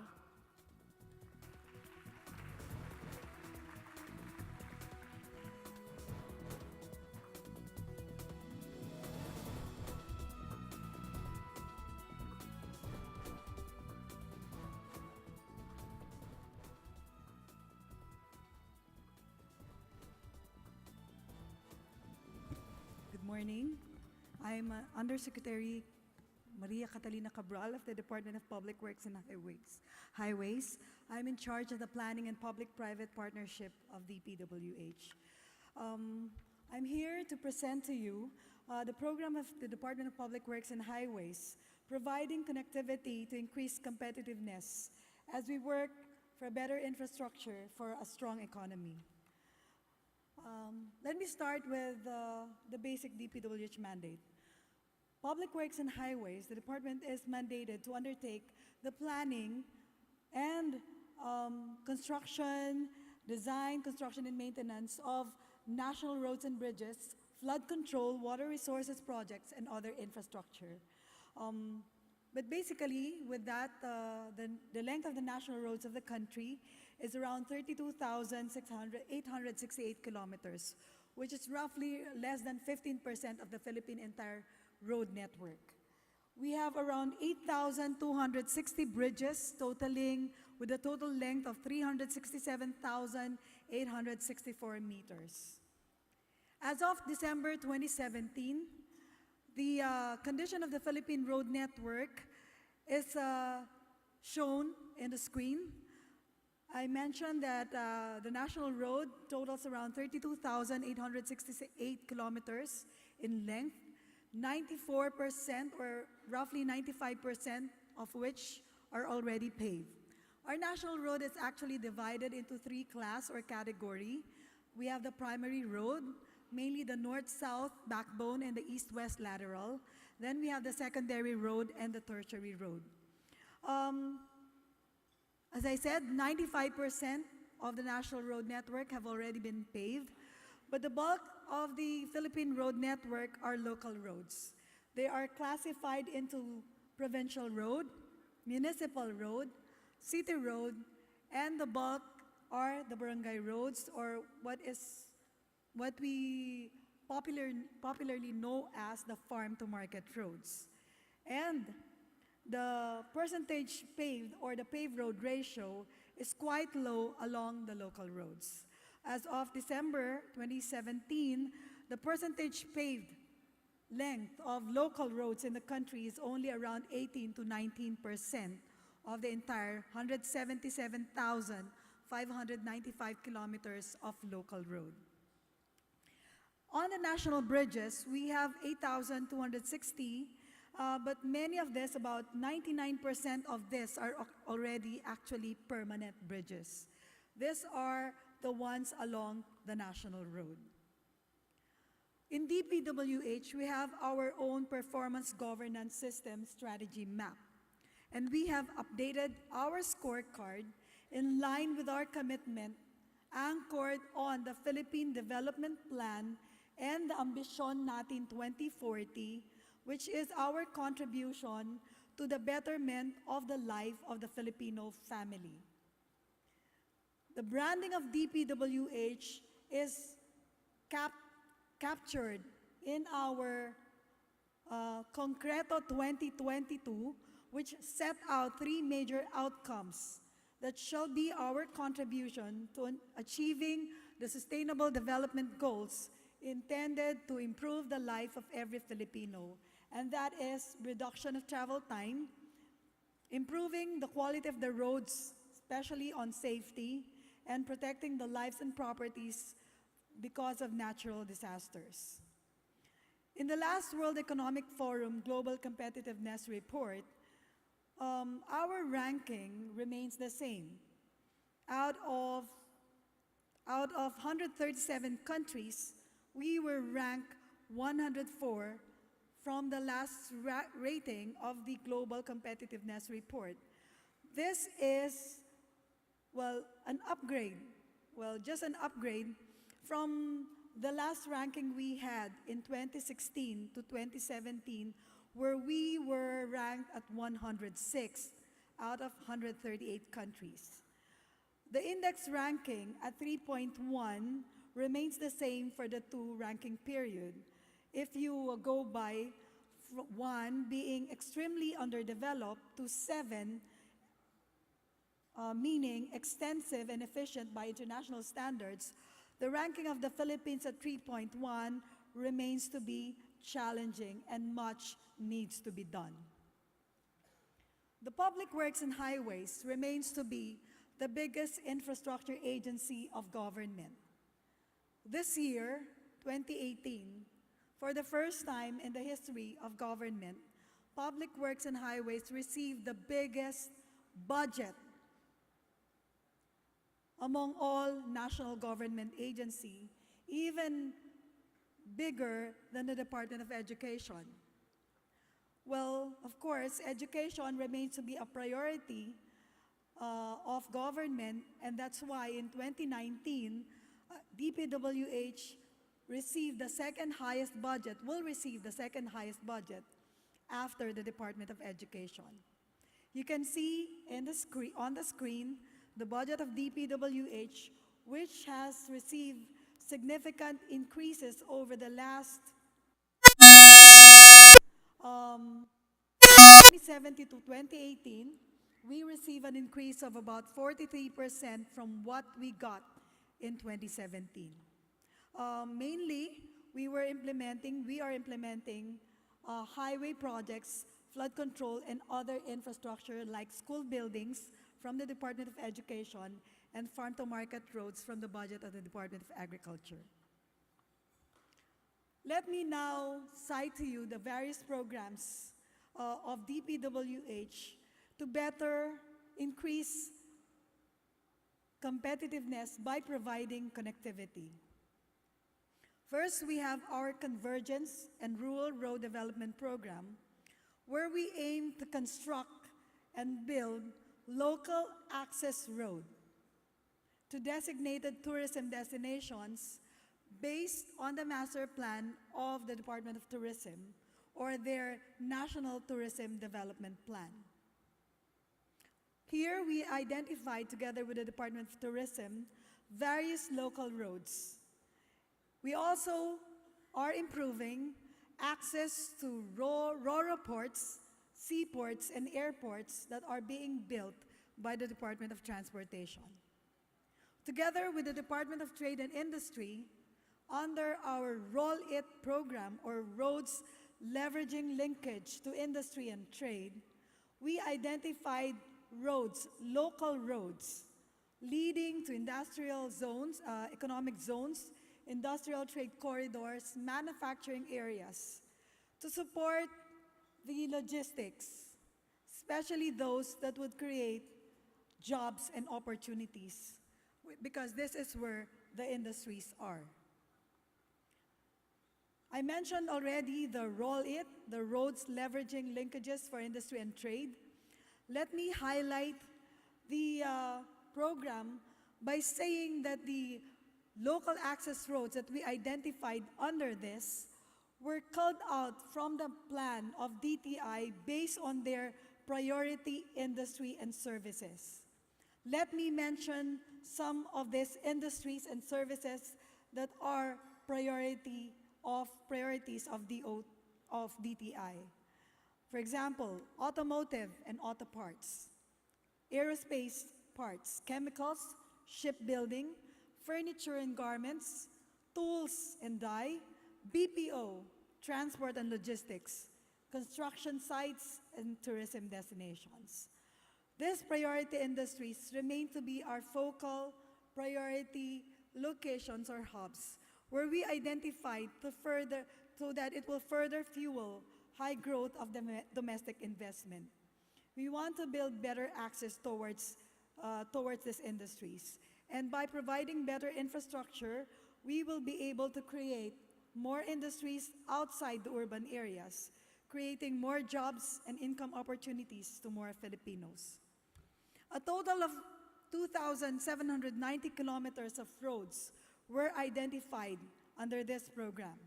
And as of 2018, we were able to appropriate around 12.5 billion pesos for this program alone, with the intention of constructing and upgrading around 438 kilometers of access roads leading to eco-zones, industries and trade, and manufacturing sites.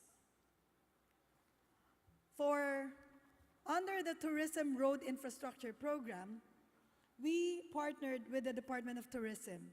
We started this since 2012, where based on their National Tourism Development Plan, we crafted a framework and defining the logical and spatial framework to link tourism gateways. This is aligned with the strategic direction of the Department of Tourism to provide access and connectivity to tourism gateways, service centers, and tourism sites. From 2016 to 2018, we allocated 66 billion pesos to build, rehabilitate, and upgrade around 2,700 kilometers of roads, local roads, leading to tourism destinations. This will continue as a priority program of the Department of Public Works and Highways. We also are aiming to build livable, sustainable, and resilient communities. But let me highlight those that are contributing to connectivity. Mainly, our program to rehabilitate, retrofit, strengthen existing bridges, providing access to highly vulnerable areas. As we speak, government and DPWH in particular are already prepositioning our equipment and in preparation for the, projected coming of the strong typhoon, Ompong. We want to improve the roads, especially those that are vulnerable to flooding, landslide, and slope failure. We are also building evacuation centers. On top of that, we are also supporting facilities for marginalized sectors such as senior citizens, the physically challenged persons, and also catering to the women's sector. We want to build more bike lanes. We are incorporating bike lanes and facilities and pedestrian infrastructure into our new road construction. In addition to the existing 30 bridges in Metro Manila that are crossing Pasig River, Marikina River, and Mangahan Floodway, I mentioned to you that we want to rehabilitate, construct more bridges across Pasig River and Marikina River. We are also going to rehabilitate and strengthen 3 existing bridges, no? On top of building 12 new bridges. Let me I think I have some examples later on. Let me mention to you some of the new bridges that are going to be built under the Metro Manila Logistic Improvement Program. For example, we're starting construction this year of 2 bridges, one in Manila, and that is the one connecting Binondo and Intramuros Bridge, and the other one in Makati connecting Mandaluyong, and this is the Estrella Pantaleon Bridge. We have already started constructing this year Santa Monica Loton Bridge, and that's the one crossing Makati and Pasig. Next year, we were going to start rehabilitating 2 important bridges, and these are Guadalupe Bridge in EDSA and Lambingan Bridge in Santa Ana, Manila. These bridges are old bridges. These are more than 50 years old. These are already due for rehabilitation and strengthening. We are now coordinating with local government units, particularly those that are traversing EDSA, and with the Metro Manila Development Authority for the traffic management plan. Because of course, as we know, even without constructing or anything, any ongoing construction along EDSA, it's already creating traffic. So we are making sure that we will maintain the same number of lanes open at any time during the rehabilitation of Guadalupe Bridge in EDSA. I mentioned to you that we are incorporating already bike facilities, especially with our construction of new road projects. Let me mention to you some. We are including bike lanes in Laguna Lake Highway, in Bacolod Negros Occidental Economic Highway with a 2-way bike lane, meaning both lanes, and in the Davao City Coastal Road Project. These mega projects or these flagship projects have already considered in the design and budget the construction of bike facilities to encourage use of non-motorized vehicles. Next slide. In our traffic decongestion program, we are implementing based on master plans and going to construct high-standard highways and expressways, widening of existing national roads and bridges, recovering our right-of-way. Remember R10? We were able to recover the R10 from a lot of informal settlers and obstructions. We intend to recover existing right-of-way by strictly enforcing the law, of course, together with the local police and MMDA.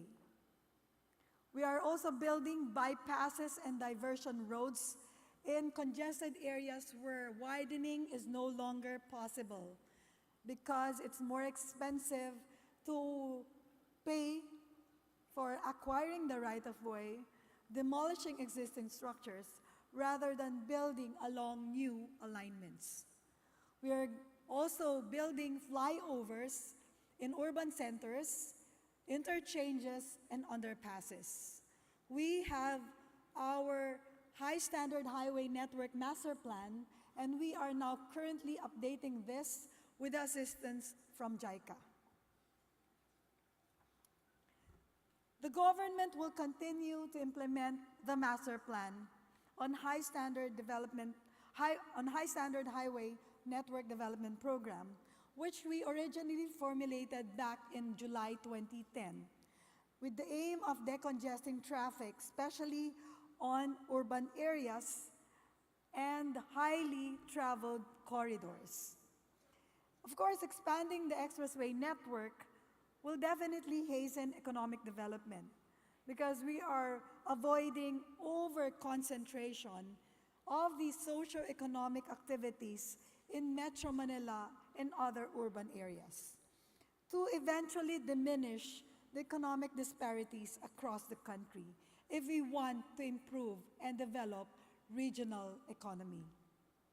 We have the Philippine High Standard Highway Network, and under this network, we have identified three flagship or three priority highway network. In Luzon, we have the Luzon Spineway Highway Network or Expressway Network with a total length of 884 kilometers, projecting a cost of 424 billion pesos. Going to Visayas, we have the Cebu High Standard Highway Network with a total length of 73 kilometers and a project cost of 28 billion pesos. And in Mindanao, we have the Davao High Standard Highway Network with a total length of 86 kilometers and a total project cost of 65 billion pesos. Let me show you a little bit more detail on this three high standard expressway network. Luzon Spine Expressway Network is our flagship project, which aims to reduce travel time from Ilocos region from in the north to Bicol region in the south, from your usual 90 to about 20 hours travel time to just about 8 hours and 15 minutes. How can we do that? We have already several expressways ongoing, and we have identified those that will ensure connectivity from Ilocos all the way to Bicol. The last bastion is the Quezon-Bicol Expressway, which is now undergoing feasibility study by the DPWH. So, many of this are going to be finished by 2022. Let me cite to you some. The Skyway would be finished next year. We have the connector. We are expanding the NAIA Expressway towards Bonifacio Global City. Cavite-Laguna Expressway is going to be finished on or before 2022. We have just awarded an original proponent status for the Cavite-Tagaytay-Batangas Expressway.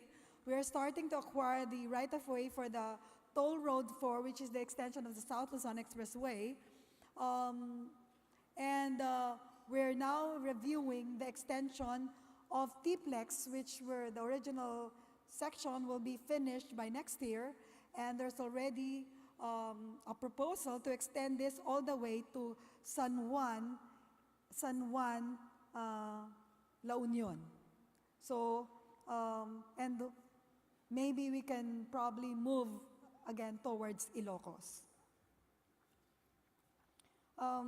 With our integrated and seamless transport system, we are focusing particularly on supporting Mindanao by way of Mindanao Infrastructure Logistic Network and building roads linking the growth corridors in Western Mindanao, and also building inter-island linkage projects. So we have identified the projects that would fall under this program.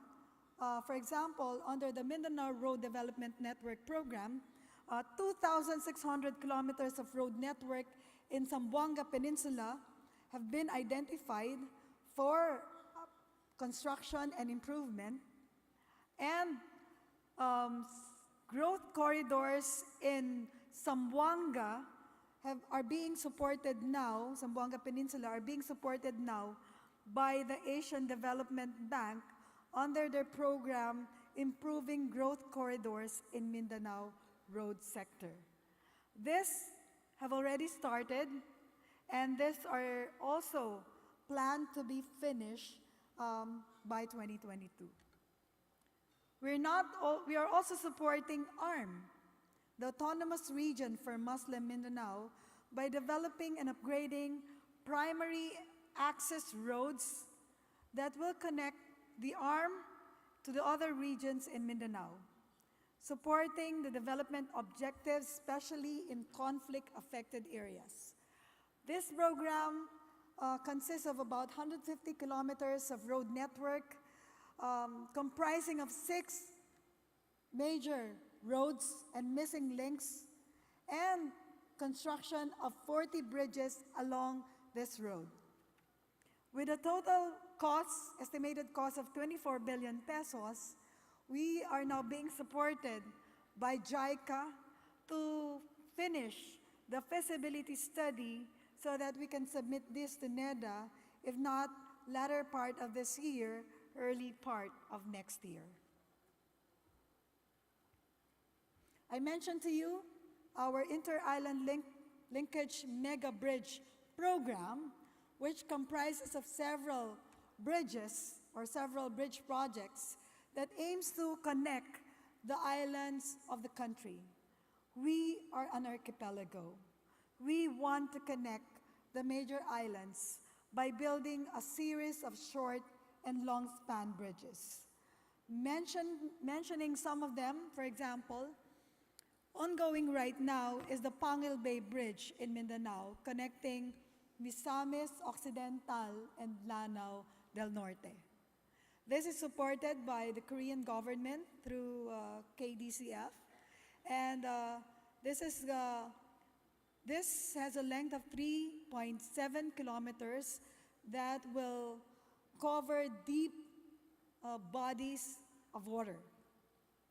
Under the Mega Bridge program, we also finished the feasibility study for Panay, Guimaras, Negros, a 19-kilometer bridge that will connect the 3 islands of Panay. Of course, these are major tourism destinations. Panay with, of course, Boracay there, Iloilo there, Guimaras with the sweetest mango, and Negros, which is the sugar capital of the country. So the bridge is very important to provide connectivity to these 3 major islands. Davao-Samal Bridge that will connect Davao to the island garden city of Samal in Mindanao is a 4.4 kilometers bridge. The feasibility study is also finished. We are seeking foreign expertise to design and help us build these bridges. Other bridges in the pipeline includes Bataan-Cavite Link Bridge, Luzon-Samar Link Bridge, the 4th Mandaue-Mactan Bridge, Cebu-Bohol Link Bridge, Leyte-Surigao Link Bridge, Negros-Cebu Bridge, and 3 bridges in Tawi-Tawi,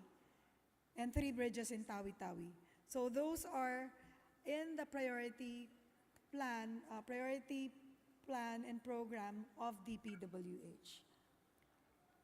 With that, again, DPWH are finishing many of these projects by 2022. Some of them will spill over because they are still in the feasibility study stage.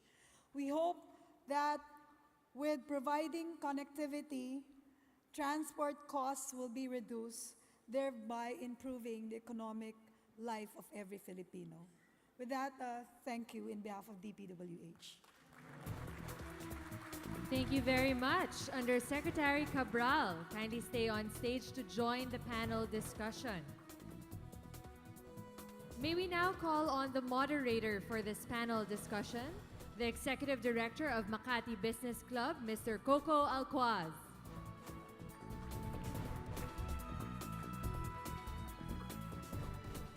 Our first panelist is the CEO of the Philippine National Railways, Mr. June B. Magno. Next is the General Counsel of the Light Rail Manila Corporation, Attorney Philip Ranada. And our third panelist is the Chief Finance Officer and Treasury Head of San Miguel Holdings Corporation, Mr. Raul Eduardo C. Romulo.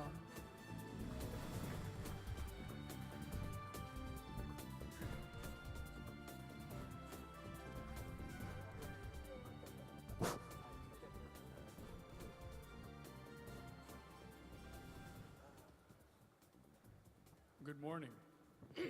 Good morning. We're supposed to be joined by two other panelists, but they're likely not to make it. There's supposed to be a representative from JICA. That's Mr. Yoshio Wada. He might actually arrive, and if he does, he will be joining us. We're also supposed to be joined by the Transport USEC, Timothy Batan, but we understand he's still in Congress, and given the state of our transport, I doubt if he will make it here in time.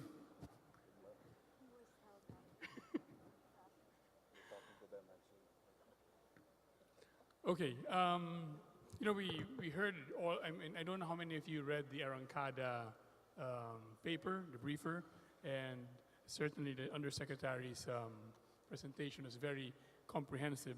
I'd like to start with the Undersecretary. You've been in the department you've been in the department a long time. You're not a political appointee. Your career, 30 years. You don't look like 30 years in the department. How much confidence do you have that confidence do you have that the plans that you say will be finished by 2022, how high is your confidence in that? Of course, that's a marching orders, but confidence-wise, I think we are confident because now we have the budget, we have the master plan, and we have decisive leaders to push. And the good thing is that the agencies are coordinating, talking closely, working closely together, especially in urban areas like Metro Manila. So together with DOTR and MMDA, we are making sure that especially on challenges like right-of-way acquisition, interfacing of infrastructure, especially in areas where there are projects that are pipeline under DOTR and DPWH, we have to make sure that this can coexist and the implementation will not hamper one over the other. When you talked about agencies coordinating with each other, during your presentation you also talked about not just coordinating between DPWH, Correct. MMDA, DOTR, but also And LGU. But also DTI, DTI, DOT. DOT, yes. How new is that? Well, that's quite a new concept. In fact, we started the convergence program with the Department of Tourism a few years ago, and that was actually one of the successful convergence program. We work together with the Department of Tourism, and they have this National Tourism Development Plan. And many of the roads leading to these tourism destinations are local roads, which have not been improved by the local government units because they always say they don't have the money. And many of them don't have the expertise.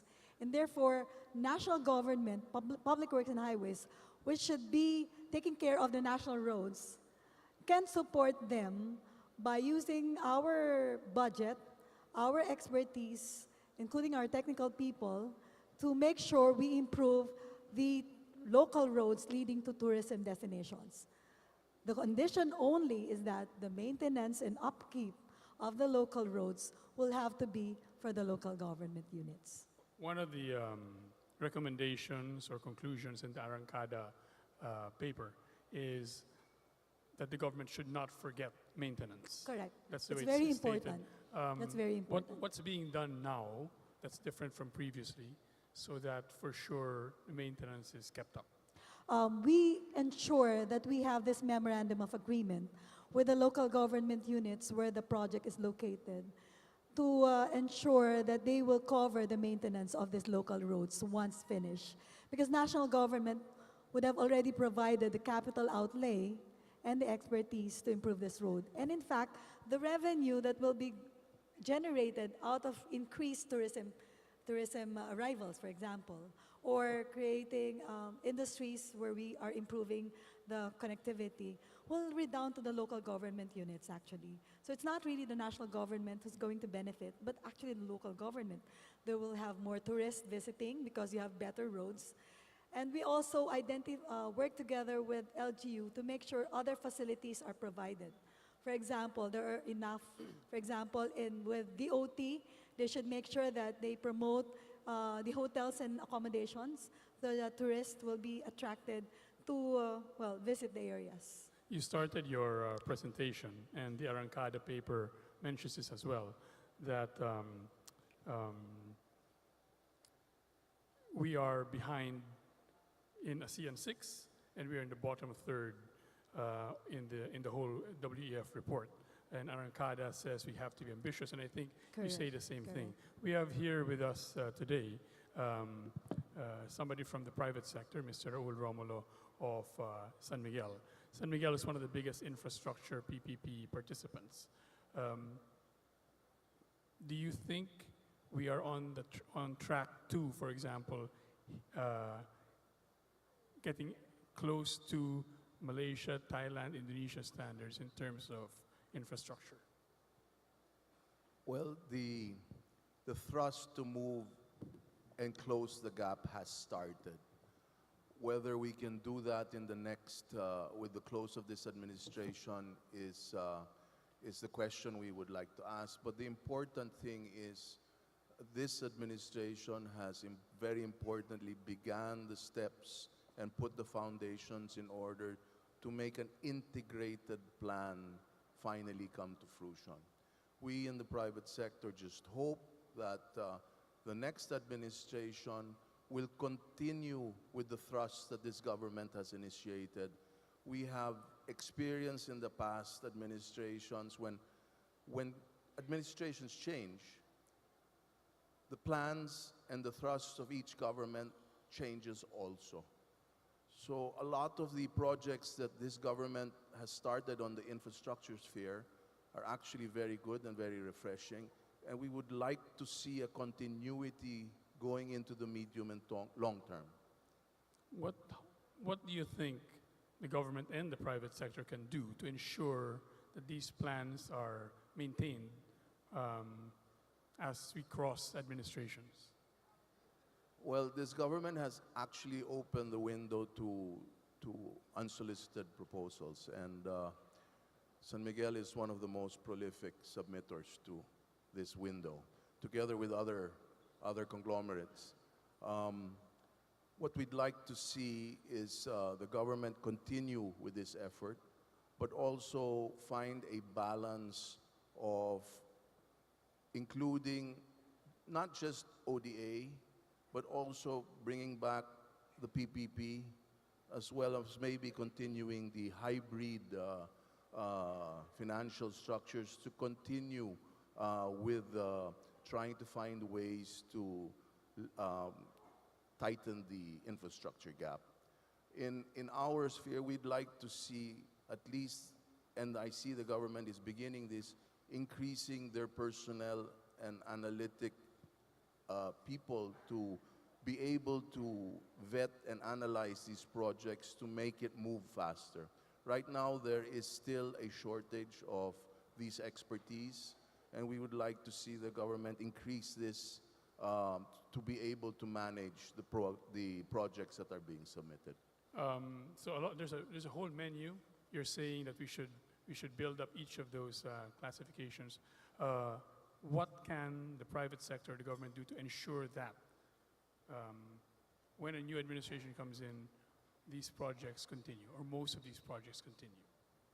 Well, as we were discussing earlier, perhaps the undersecretary from the rail side can explain, but he explained that in certain sectors of government now, they are promoting different financial tools and mechanism and lending groups that will ensure that the projects will continue into the fruition of the tenor without or with the least political interference as possible.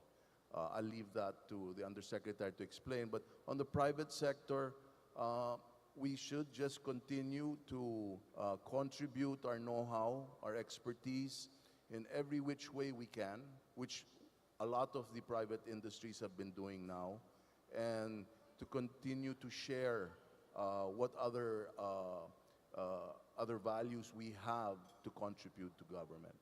Mr. Magno, Philippine National Rail, I think Raul was referring to our earlier discussion about ODA and what place that might have, which we found quite interesting when you were describing it earlier on. Actually, the government's direction with ODA, one, as I discussed earlier, one, before we even lay down what our objectives for rail is, the government had this concept of like the Greater Central Region, which is practically an expansion of GMA and Metro Manila to include several provinces like Pampanga, Batangas.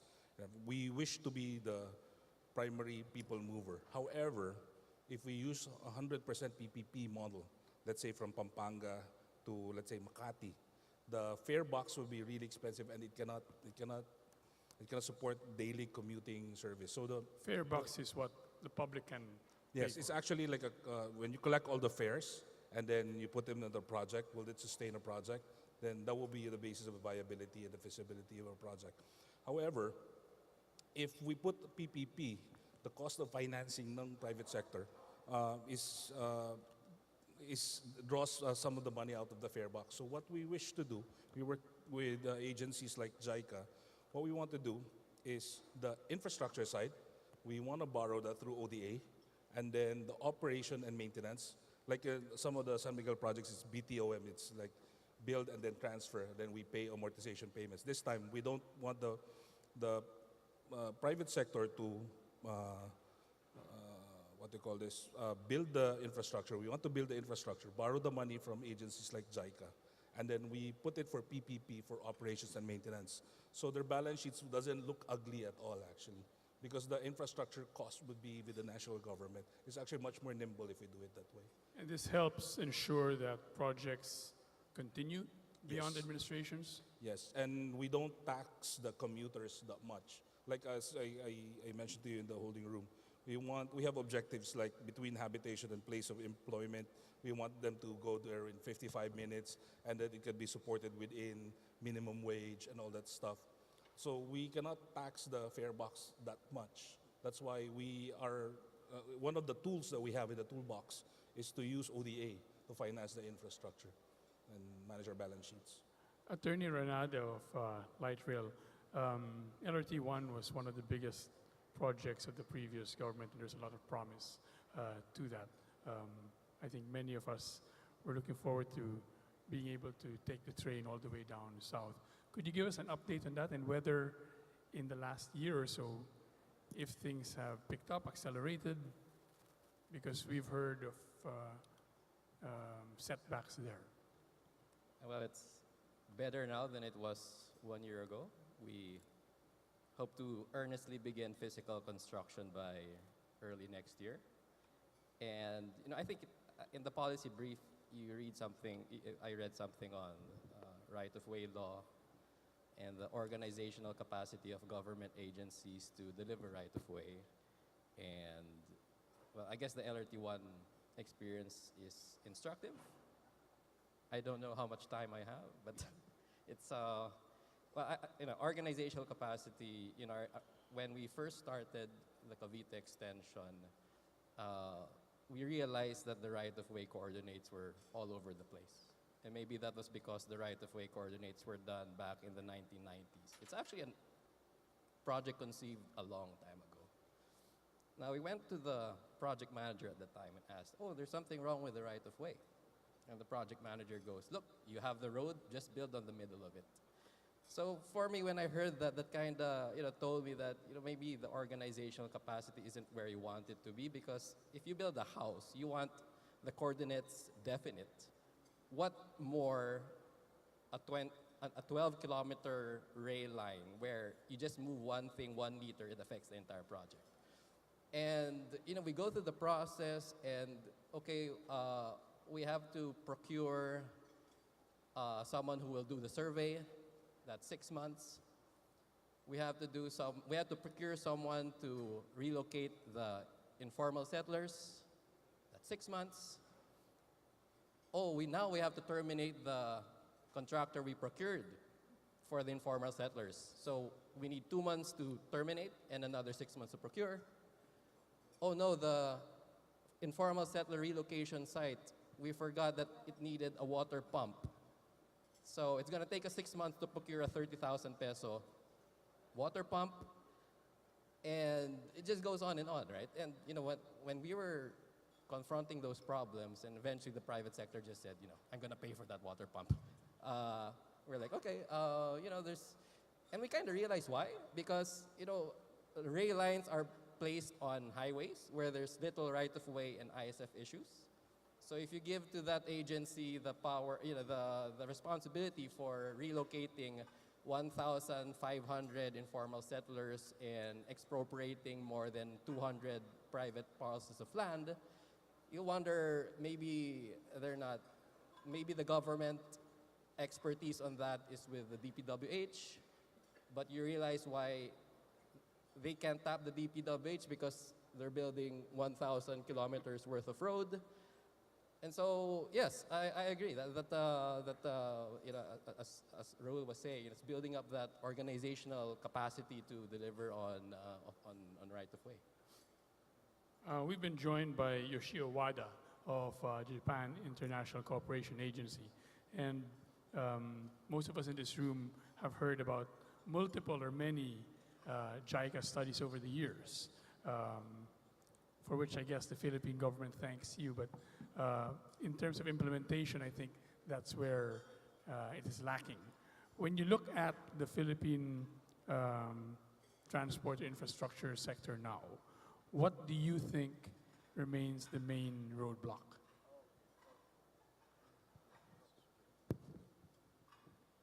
Thank you very much. Sorry being late. Okay. So traffic? Yeah, the traffic. Traffic is always a problem in the Philippines, right? So I have a little bit experience in other countries like India or Myanmar or Vietnam. And compared to other countries, Philippines is not bad actually in the awareness of railway sector, because the railway sector is very important, but many countries are not aware of that importance. So in the sense, this is just beginning of the awareness of the railway sector and also transportation issues in Philippines. So that's very good. So, but the issue really is maybe I should say that the social capacity of accommodating the railway sector, because the Philippines has so few engineers in the railway sectors and also few experts in railway sector. So maybe the human capacity or more human capital should be created for the sector. So JICA is now assisting the formulation of a training center. That will be a railway training center in Venezuela. That will be just started for the construction. And after that, maybe, of course, the extension of north-south corridor railway and also new metro, Manila Metro, constructed in the east side. That might be very important, but even if the private or public, the human capacity and also organization capacity is a very important thing, as I pointed out by Mr. For the ROW issues. So the first issue is maybe institutional issues one, and the second is maybe of course Japanese technology can be supplied from JICA. So that can be, the many railway facilities can be constructed, but operation is different issue actually. So that's very important. I'd like to shift a little to the Arangkada recommendations. One of the recommendations there is to open up PPPs and infrastructure projects in general more to foreign companies. I think the logic is you get more competition, more participation, maybe they're bigger as well, and they can handle some of these projects. I'd like to throw this question to the panel, beginning with Attorney Romulo. This would potentially be a competitor to you. What would be your view about opening up that market more to foreign players? We are not adverse to opening the market. As everybody knows, the infrastructure gap in the country is very wide. And the capacity of all the conglomerates in the country today will still fall short, even if you put all of our efforts together. So, of course, it will mean less business for us. But once you get all of these infrastructure facilities built together, it will redound to the betterment of the whole economy. And it will benefit each of the conglomerates eventually and the Filipino people. So we're not averse to that. Competition is good.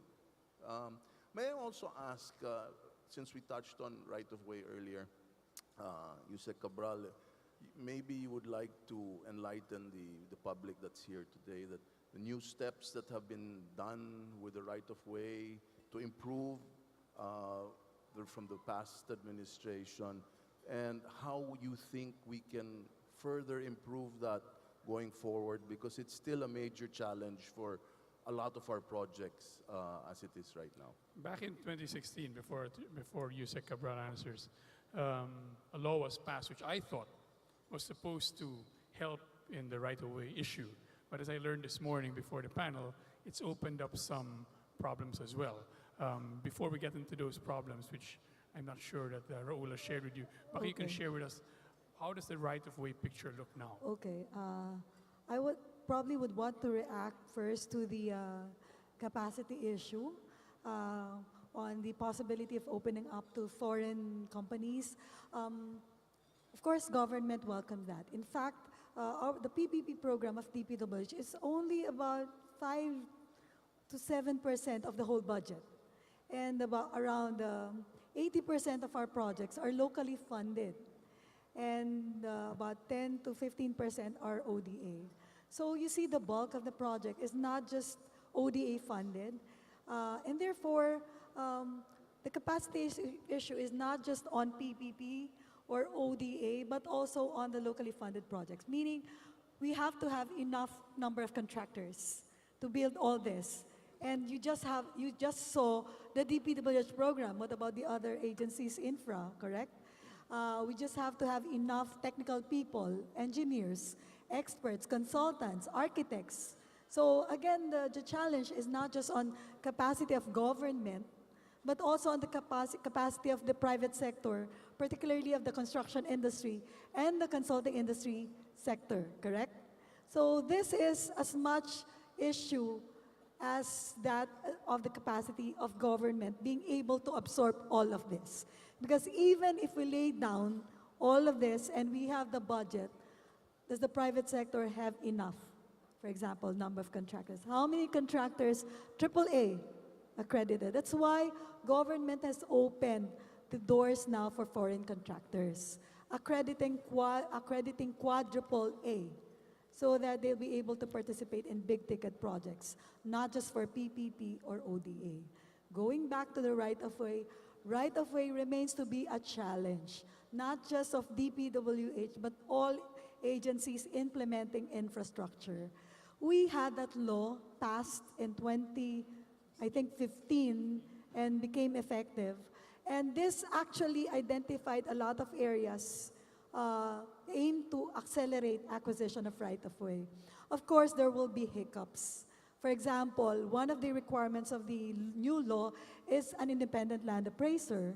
And therefore, ang daming pumila, naghanap ng independent land appraiser because that's the only basis for us to offer the market value to acquire the right of way, okay? Because the market value is now the first offer.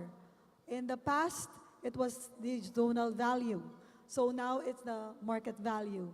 But we have to have the appraisal value made or prepared by an independent. So nabulunan, no, ang mga land appraiser. But we now have this MOA with Land Bank.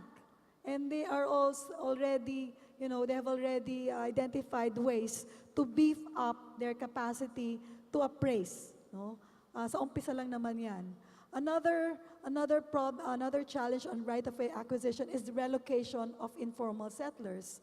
In this country, we have one of the, tedious right-of-way law. Informal settlers, no demolition, no relocation, no demolition. That's the order. And therefore, we have to make sure that before we relocate the informal settlers, we have to have the area or houses where they will be relocated.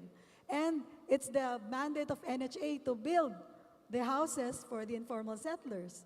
We are working together with NHA. The budget is not the issue.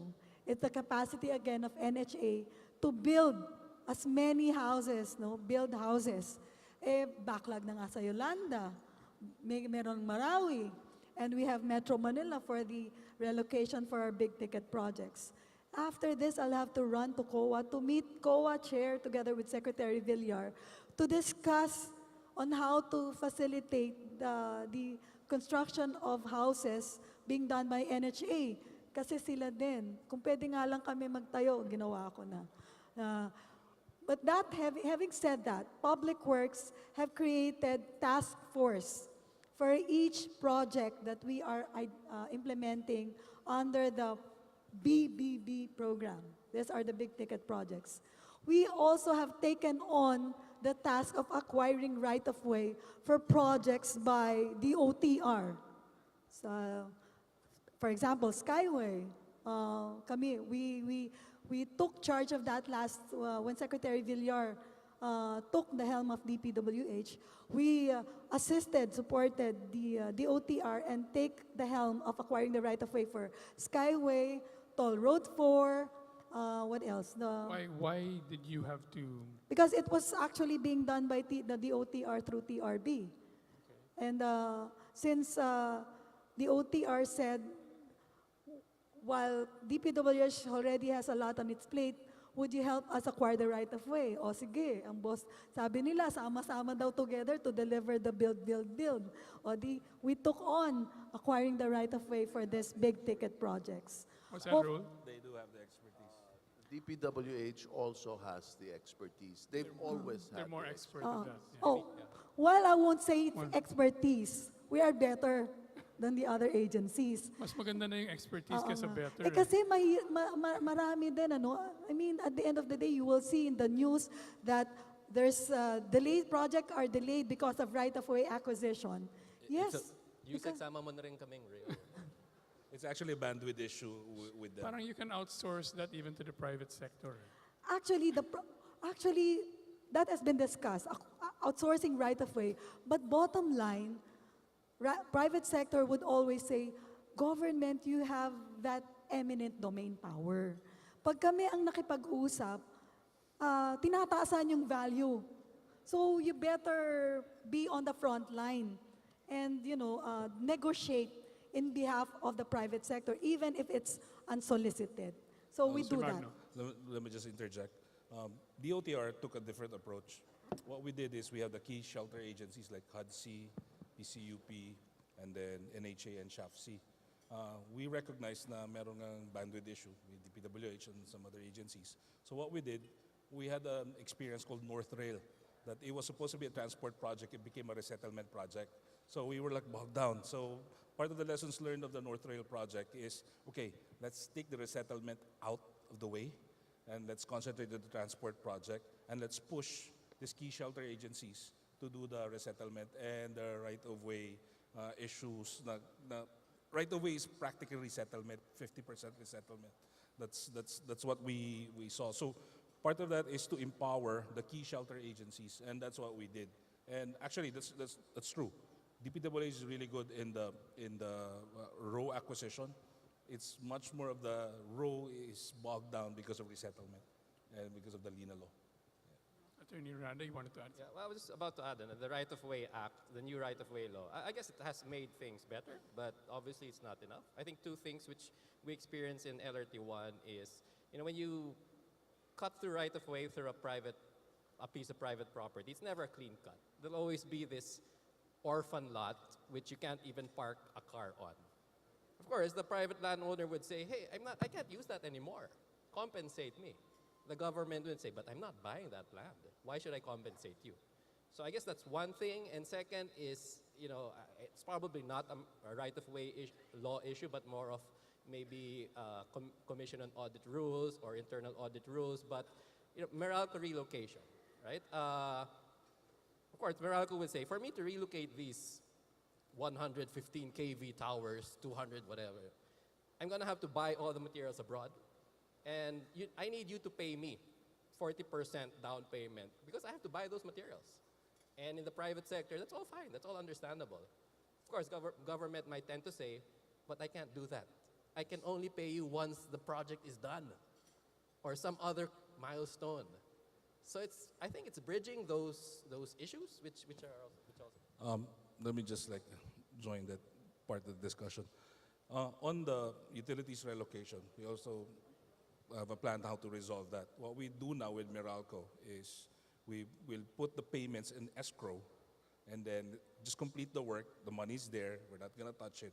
Once you finish, we transfer it to you. And Meralco accepts that? Meralco, telcos, and then the water utilities. We've done that. With Mr. Wada, the test case is actually the Tutuban to Malolos rail project. Believe it or not, we're almost 90% done with utilities relocation. Much more faster than LRMC, who started 3 years ago from us. So we've tested that, okay, this strategy works. Secretary Togade wants to implement that to all rail projects now. So ni-integrate na namin yun with the LRMC. And Mr. Wada, how does that, could you elaborate on this example? Yes, because that Manila is one of the most dense city in the world, populated and also very densely populated. So right-of-way problem is always there in any parts of Manila. So I think the institutionally it can be solved, but like escrow account or creating new laws or creating good capacities. But somehow there is a limit to solve all the problems. So maybe it's better to get better technology to solve it, because that means going underway or going underground or going high or other way, because there are so many infrastructure facilities inside Manila. So it's really hard or it's impossible to coordinate all of them. So it's better to use better technologies. Let me probably add.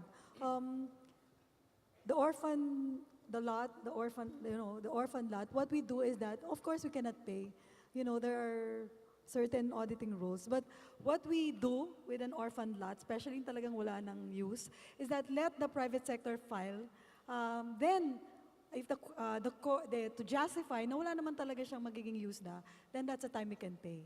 So there's really a remedy to settle the orphan lots. We just have to make the court tell government, otherwise bawal talaga sa COA.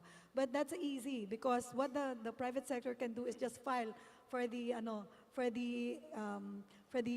compensation of the orphan lot with the justification, and then we can deposit and settle that, justifying. On the matter of the polls, the Meralco polls, we successfully did the NAIA Expressway with all the Meralco polls. Andyan pa yung airport. So we were able to get the arrangement in place with the Meralco through a memorandum of agreement and compensate them. Well, of course, subject to existing rules. But that's not the only issue with Meralco.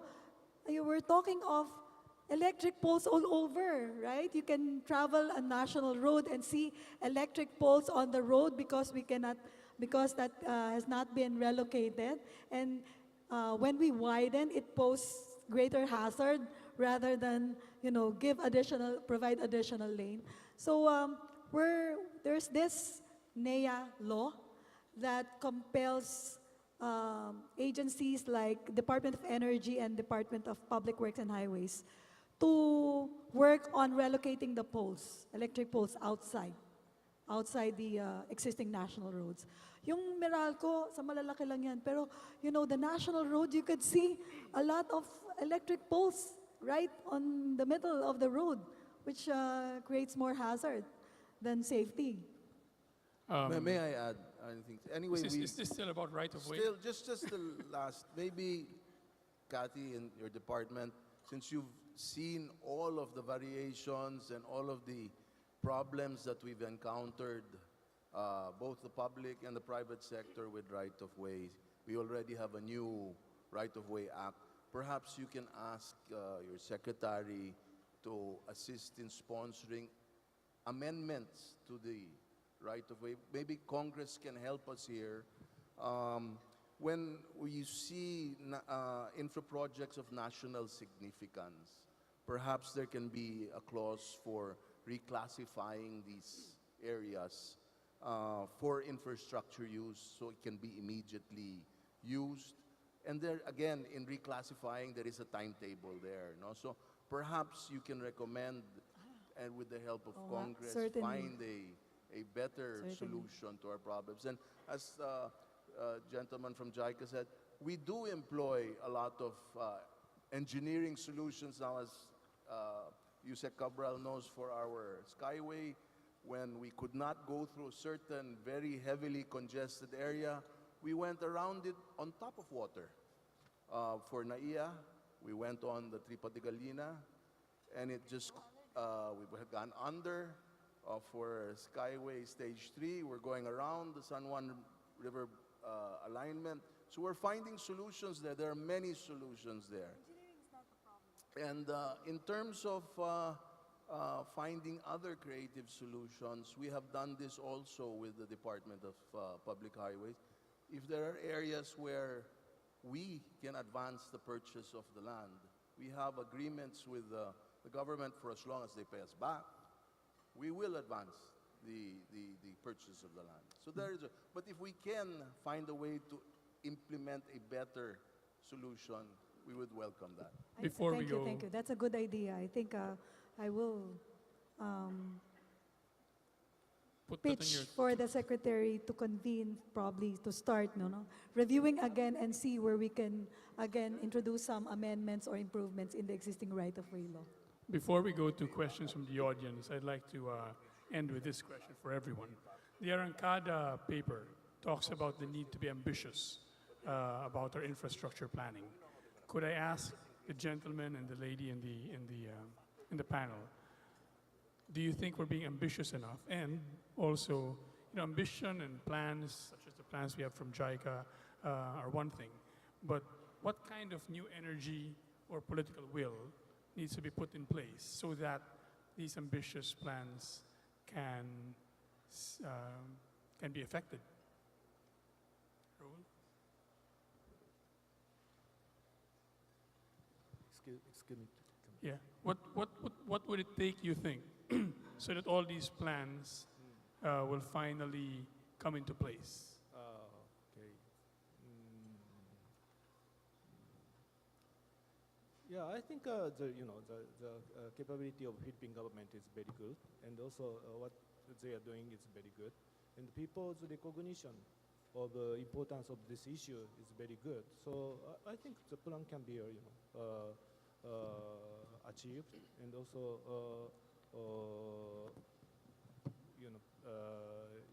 there are many good results will be realized. So that's my hope actually, and also expectation actually. But I think I'm repeatedly saying that not just institutional solutions, but also engineering solutions is very important in this in this level of the problem, because what we are encountering in Philippines is the world's most dense city with many people moving around. So that, the kind of challenge for the human society. So I think it's better to get engineering solution. Rule. Same question. What would it take for these ambitious plans to happen? Well, we've seen very good plans from JICA. Through the years, they've recommended very, very good plans for the country and its infrastructure growth.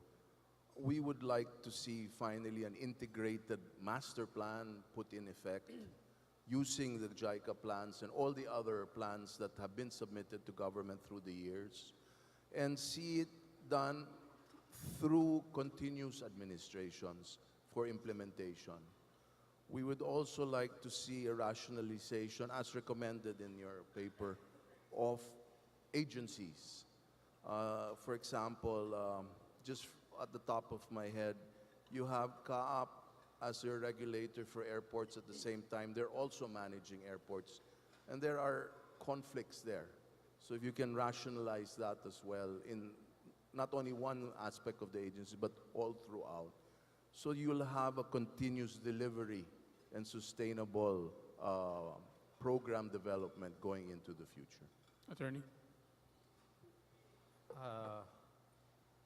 Well, I guess in terms of encouraging private sector participation in a very capital-intensive industry like rail, I guess the private sector will always look at how government is able to deliver on its obligations under the contract.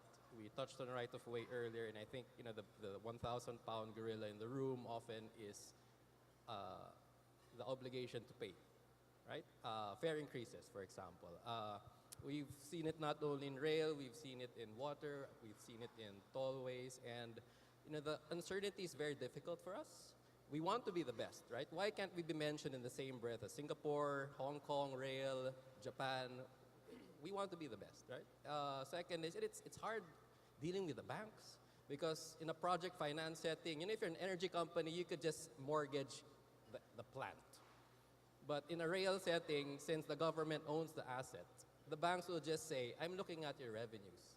And for me to say, I promised you that on this date it would be this amount, but we're only this because fare increases haven't been granted. It's a tough discussion to have, right? And we should give a lot of credit to our riders. It's not simply value of money; it's time value of money. When PNR increased the rates by I think a peso or so, when the media went around interviewing people, they would look, as long as there's an improvement in service, we will pay. We also have the same experience in LRT1. After the fare increase in 2014, ridership dropped 10-15%. But because of the improvements in service we've made, we're there again at those high points of riderships. And when the jeepneys increased their fares, people were complaining, not really because of the increase in the fare, but more because we'll pay more for the same old jeepney. Right? And that's why a lot of people don't like taxis and there's a taxi fare increase coming up because it's the same old taxi. And that's why they go to Grab or Uber because even though it's more expensive, hey, better service. That's why these P2P buses, they're expensive but better service. So, I think, it's hopefully there's more certainty around fare increases. Well, that's one. And then second is, just to echo Raul's point about having, in terms of national, regulator of railway, yes, we need that because, I think a few years back there was talk about rail operators having to secure congressional franchises. I had nightmares for weeks, right?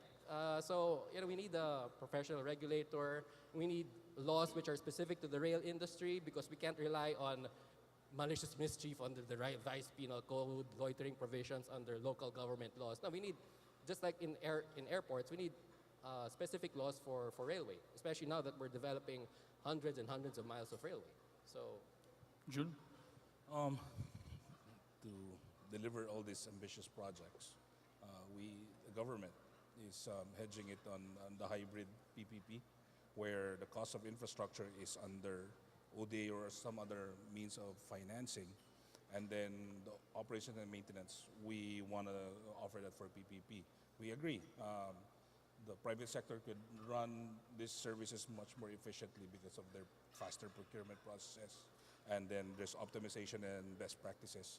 So that's what we wish to do. One point on foreign participation. A lot of foreign companies wants to participate, but they want to sell. What we want to tell them is, come here and bring your money too, right? Instead of just sell something to us, right? So that's what we want to say. Yusek, we have 1 minute. Let me speak for DPWH. And not just for the transport sector or the road infra of DPWH. We have the budget. We have the master plan. We have decisive leaders. To make this work, we have to closely work together.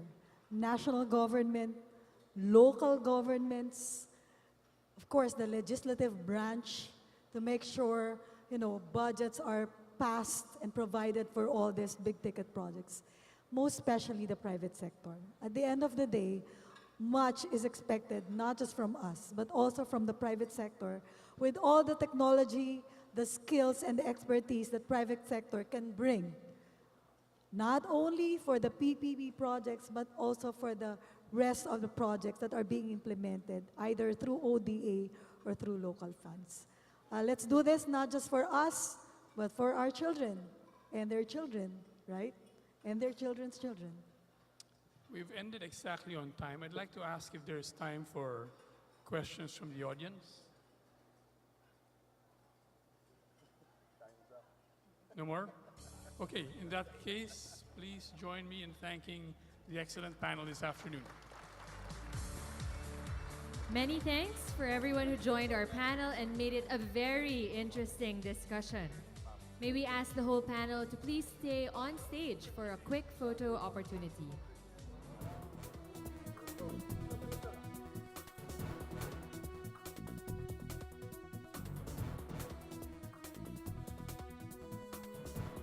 While the speakers are having their photos on stage, may we invite you to tweet about the event by using our hashtag Arangkada Fora 2018. And please connect with us on Facebook as well as LinkedIn. Please also don't forget to complete and submit your evaluation forms. We will be getting them at the registration counter at the foyer area. Your lunch is actually being served already, and we would invite everybody to enjoy and partake of this sumptuous lunch. We would also like to thank our sponsors and partners without whom this forum would not have been possible. We would like to thank our gold sponsors: Metro Pacific Investments Corporation, Regis, Santos Knight Frank, Hamlin Iturralde Corporation or Team Asia. Our silver sponsors: Bank of the Philippine Islands, Dole Asia, Eastern Telecommunications Philippines, Emerson, First Philippine Holdings, Meralco, CISEP Gores Velayo and Company, Travelers International Hotel Group Inc. or Resorts World Manila. Our bronze sponsors: Capital One Philippine Support Services Corporation, International Container Terminal Services Incorporated, Royal Cargo Incorporated, Pilipinas Shell Petroleum Corporation, and Union Bank of the Philippines. Our patron sponsors are AutoNation Group Incorporated, distributor of Mercedes-Benz, BDO Unibank Incorporated, Manila Water Company Incorporated, Marubeni Philippines Corporation, and Megawide Construction Corporation. Our supporting partner, Pacific Cross Insurance Incorporated. For our exhibitors, Strengthening Urban Resilience for Growth with Equity, Surge Project, official connectivity partner, PLDT Enterprise, official wine partner, Fourth and Tay, and official venue partner, Marriott Hotel Manila. We would also like to thank our table sponsors: the American Chamber of Commerce of the Philippines Incorporated, Association of International Shipping Lines Incorporated, the Australian New Zealand Chamber of Commerce, Canadian Chamber of Commerce of the Philippines, Chamber of Commerce of the Philippine Islands, Dow Chemical, European Chamber of Commerce of the Philippines, Federation of Filipino-Chinese Chambers of Commerce and Industry, the Japanese Chamber of Commerce and Industry of the Philippines Incorporated, Korean Chamber of Commerce of the Philippines, the Makati Business Club, Management Association of the Philippines, Philippine Association of Multinational Companies Regional Headquarters Incorporated, Philippine Association of Water Districts, Philippine Chamber of Commerce and Industry, Philippine Exporters Confederation Incorporated, and the Philippine Independent Power Producers Association. We would also like to thank our media partners from ANC, Adobo Magazine, Business World, GMA, Inquirer.net, Interaction, Oxford Business Group, The Philippine Star, Philstar.com, and Rappler. Lastly, we are inviting you to check out the booth of Terramag Publishing and learn more about the proceeds from the Marawi and Beyond, the Joint Task Force Marawi Storybooks and CD music album Ala Ala sa Marawi.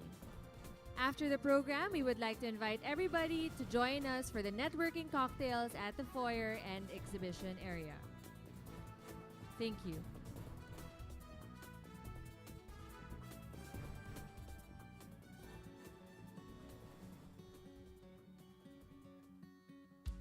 Fluctuating global markets, the missing links in the cold chain, expanding regulations and industry safety concerns, the true impact of the Internet of Things, these are just some of the critical challenges facing our customers. And they only underscore the importance of our transformation into one Emerson. We are organizing the best human talent and our best-in-class technologies around automation solutions and commercial and residential solutions. Two core platforms within a single company. This will make us stronger, more relevant, and better suited than ever to leverage our true scale and scope. A focused engineering powerhouse capable of rising to meet our customers and the world's new challenges. With leadership positions across critical global industries like oil and gas, chemical, refining, power, and life sciences, our Emerson Automation Solutions platform is uniquely situated to help our customers achieve the top quartile performance that makes them more successful in uncertain times and rapidly changing market conditions. Our commercial and residential solutions platform continues to provide the business-to-business and business-to-consumer technologies that shape the industry's advancing energy efficiency and environmental conservation, ensuring human comfort and health and protecting food quality and sustainability, all to make our world a better place to live and work. And across both Emerson platforms, we are making the industrial Internet of Things real and relevant.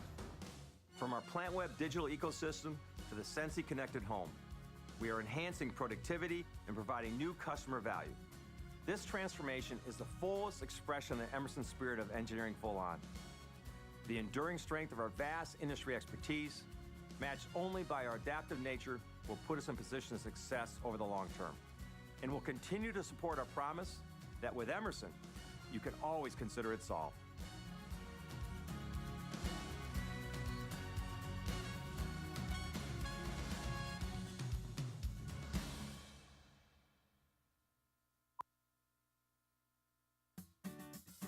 We believe in the power of good.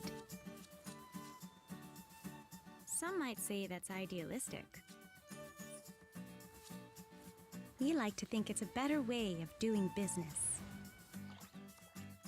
Good helps us power more homes with less impact on the environment. Good is why we've taken the lead in generating clean,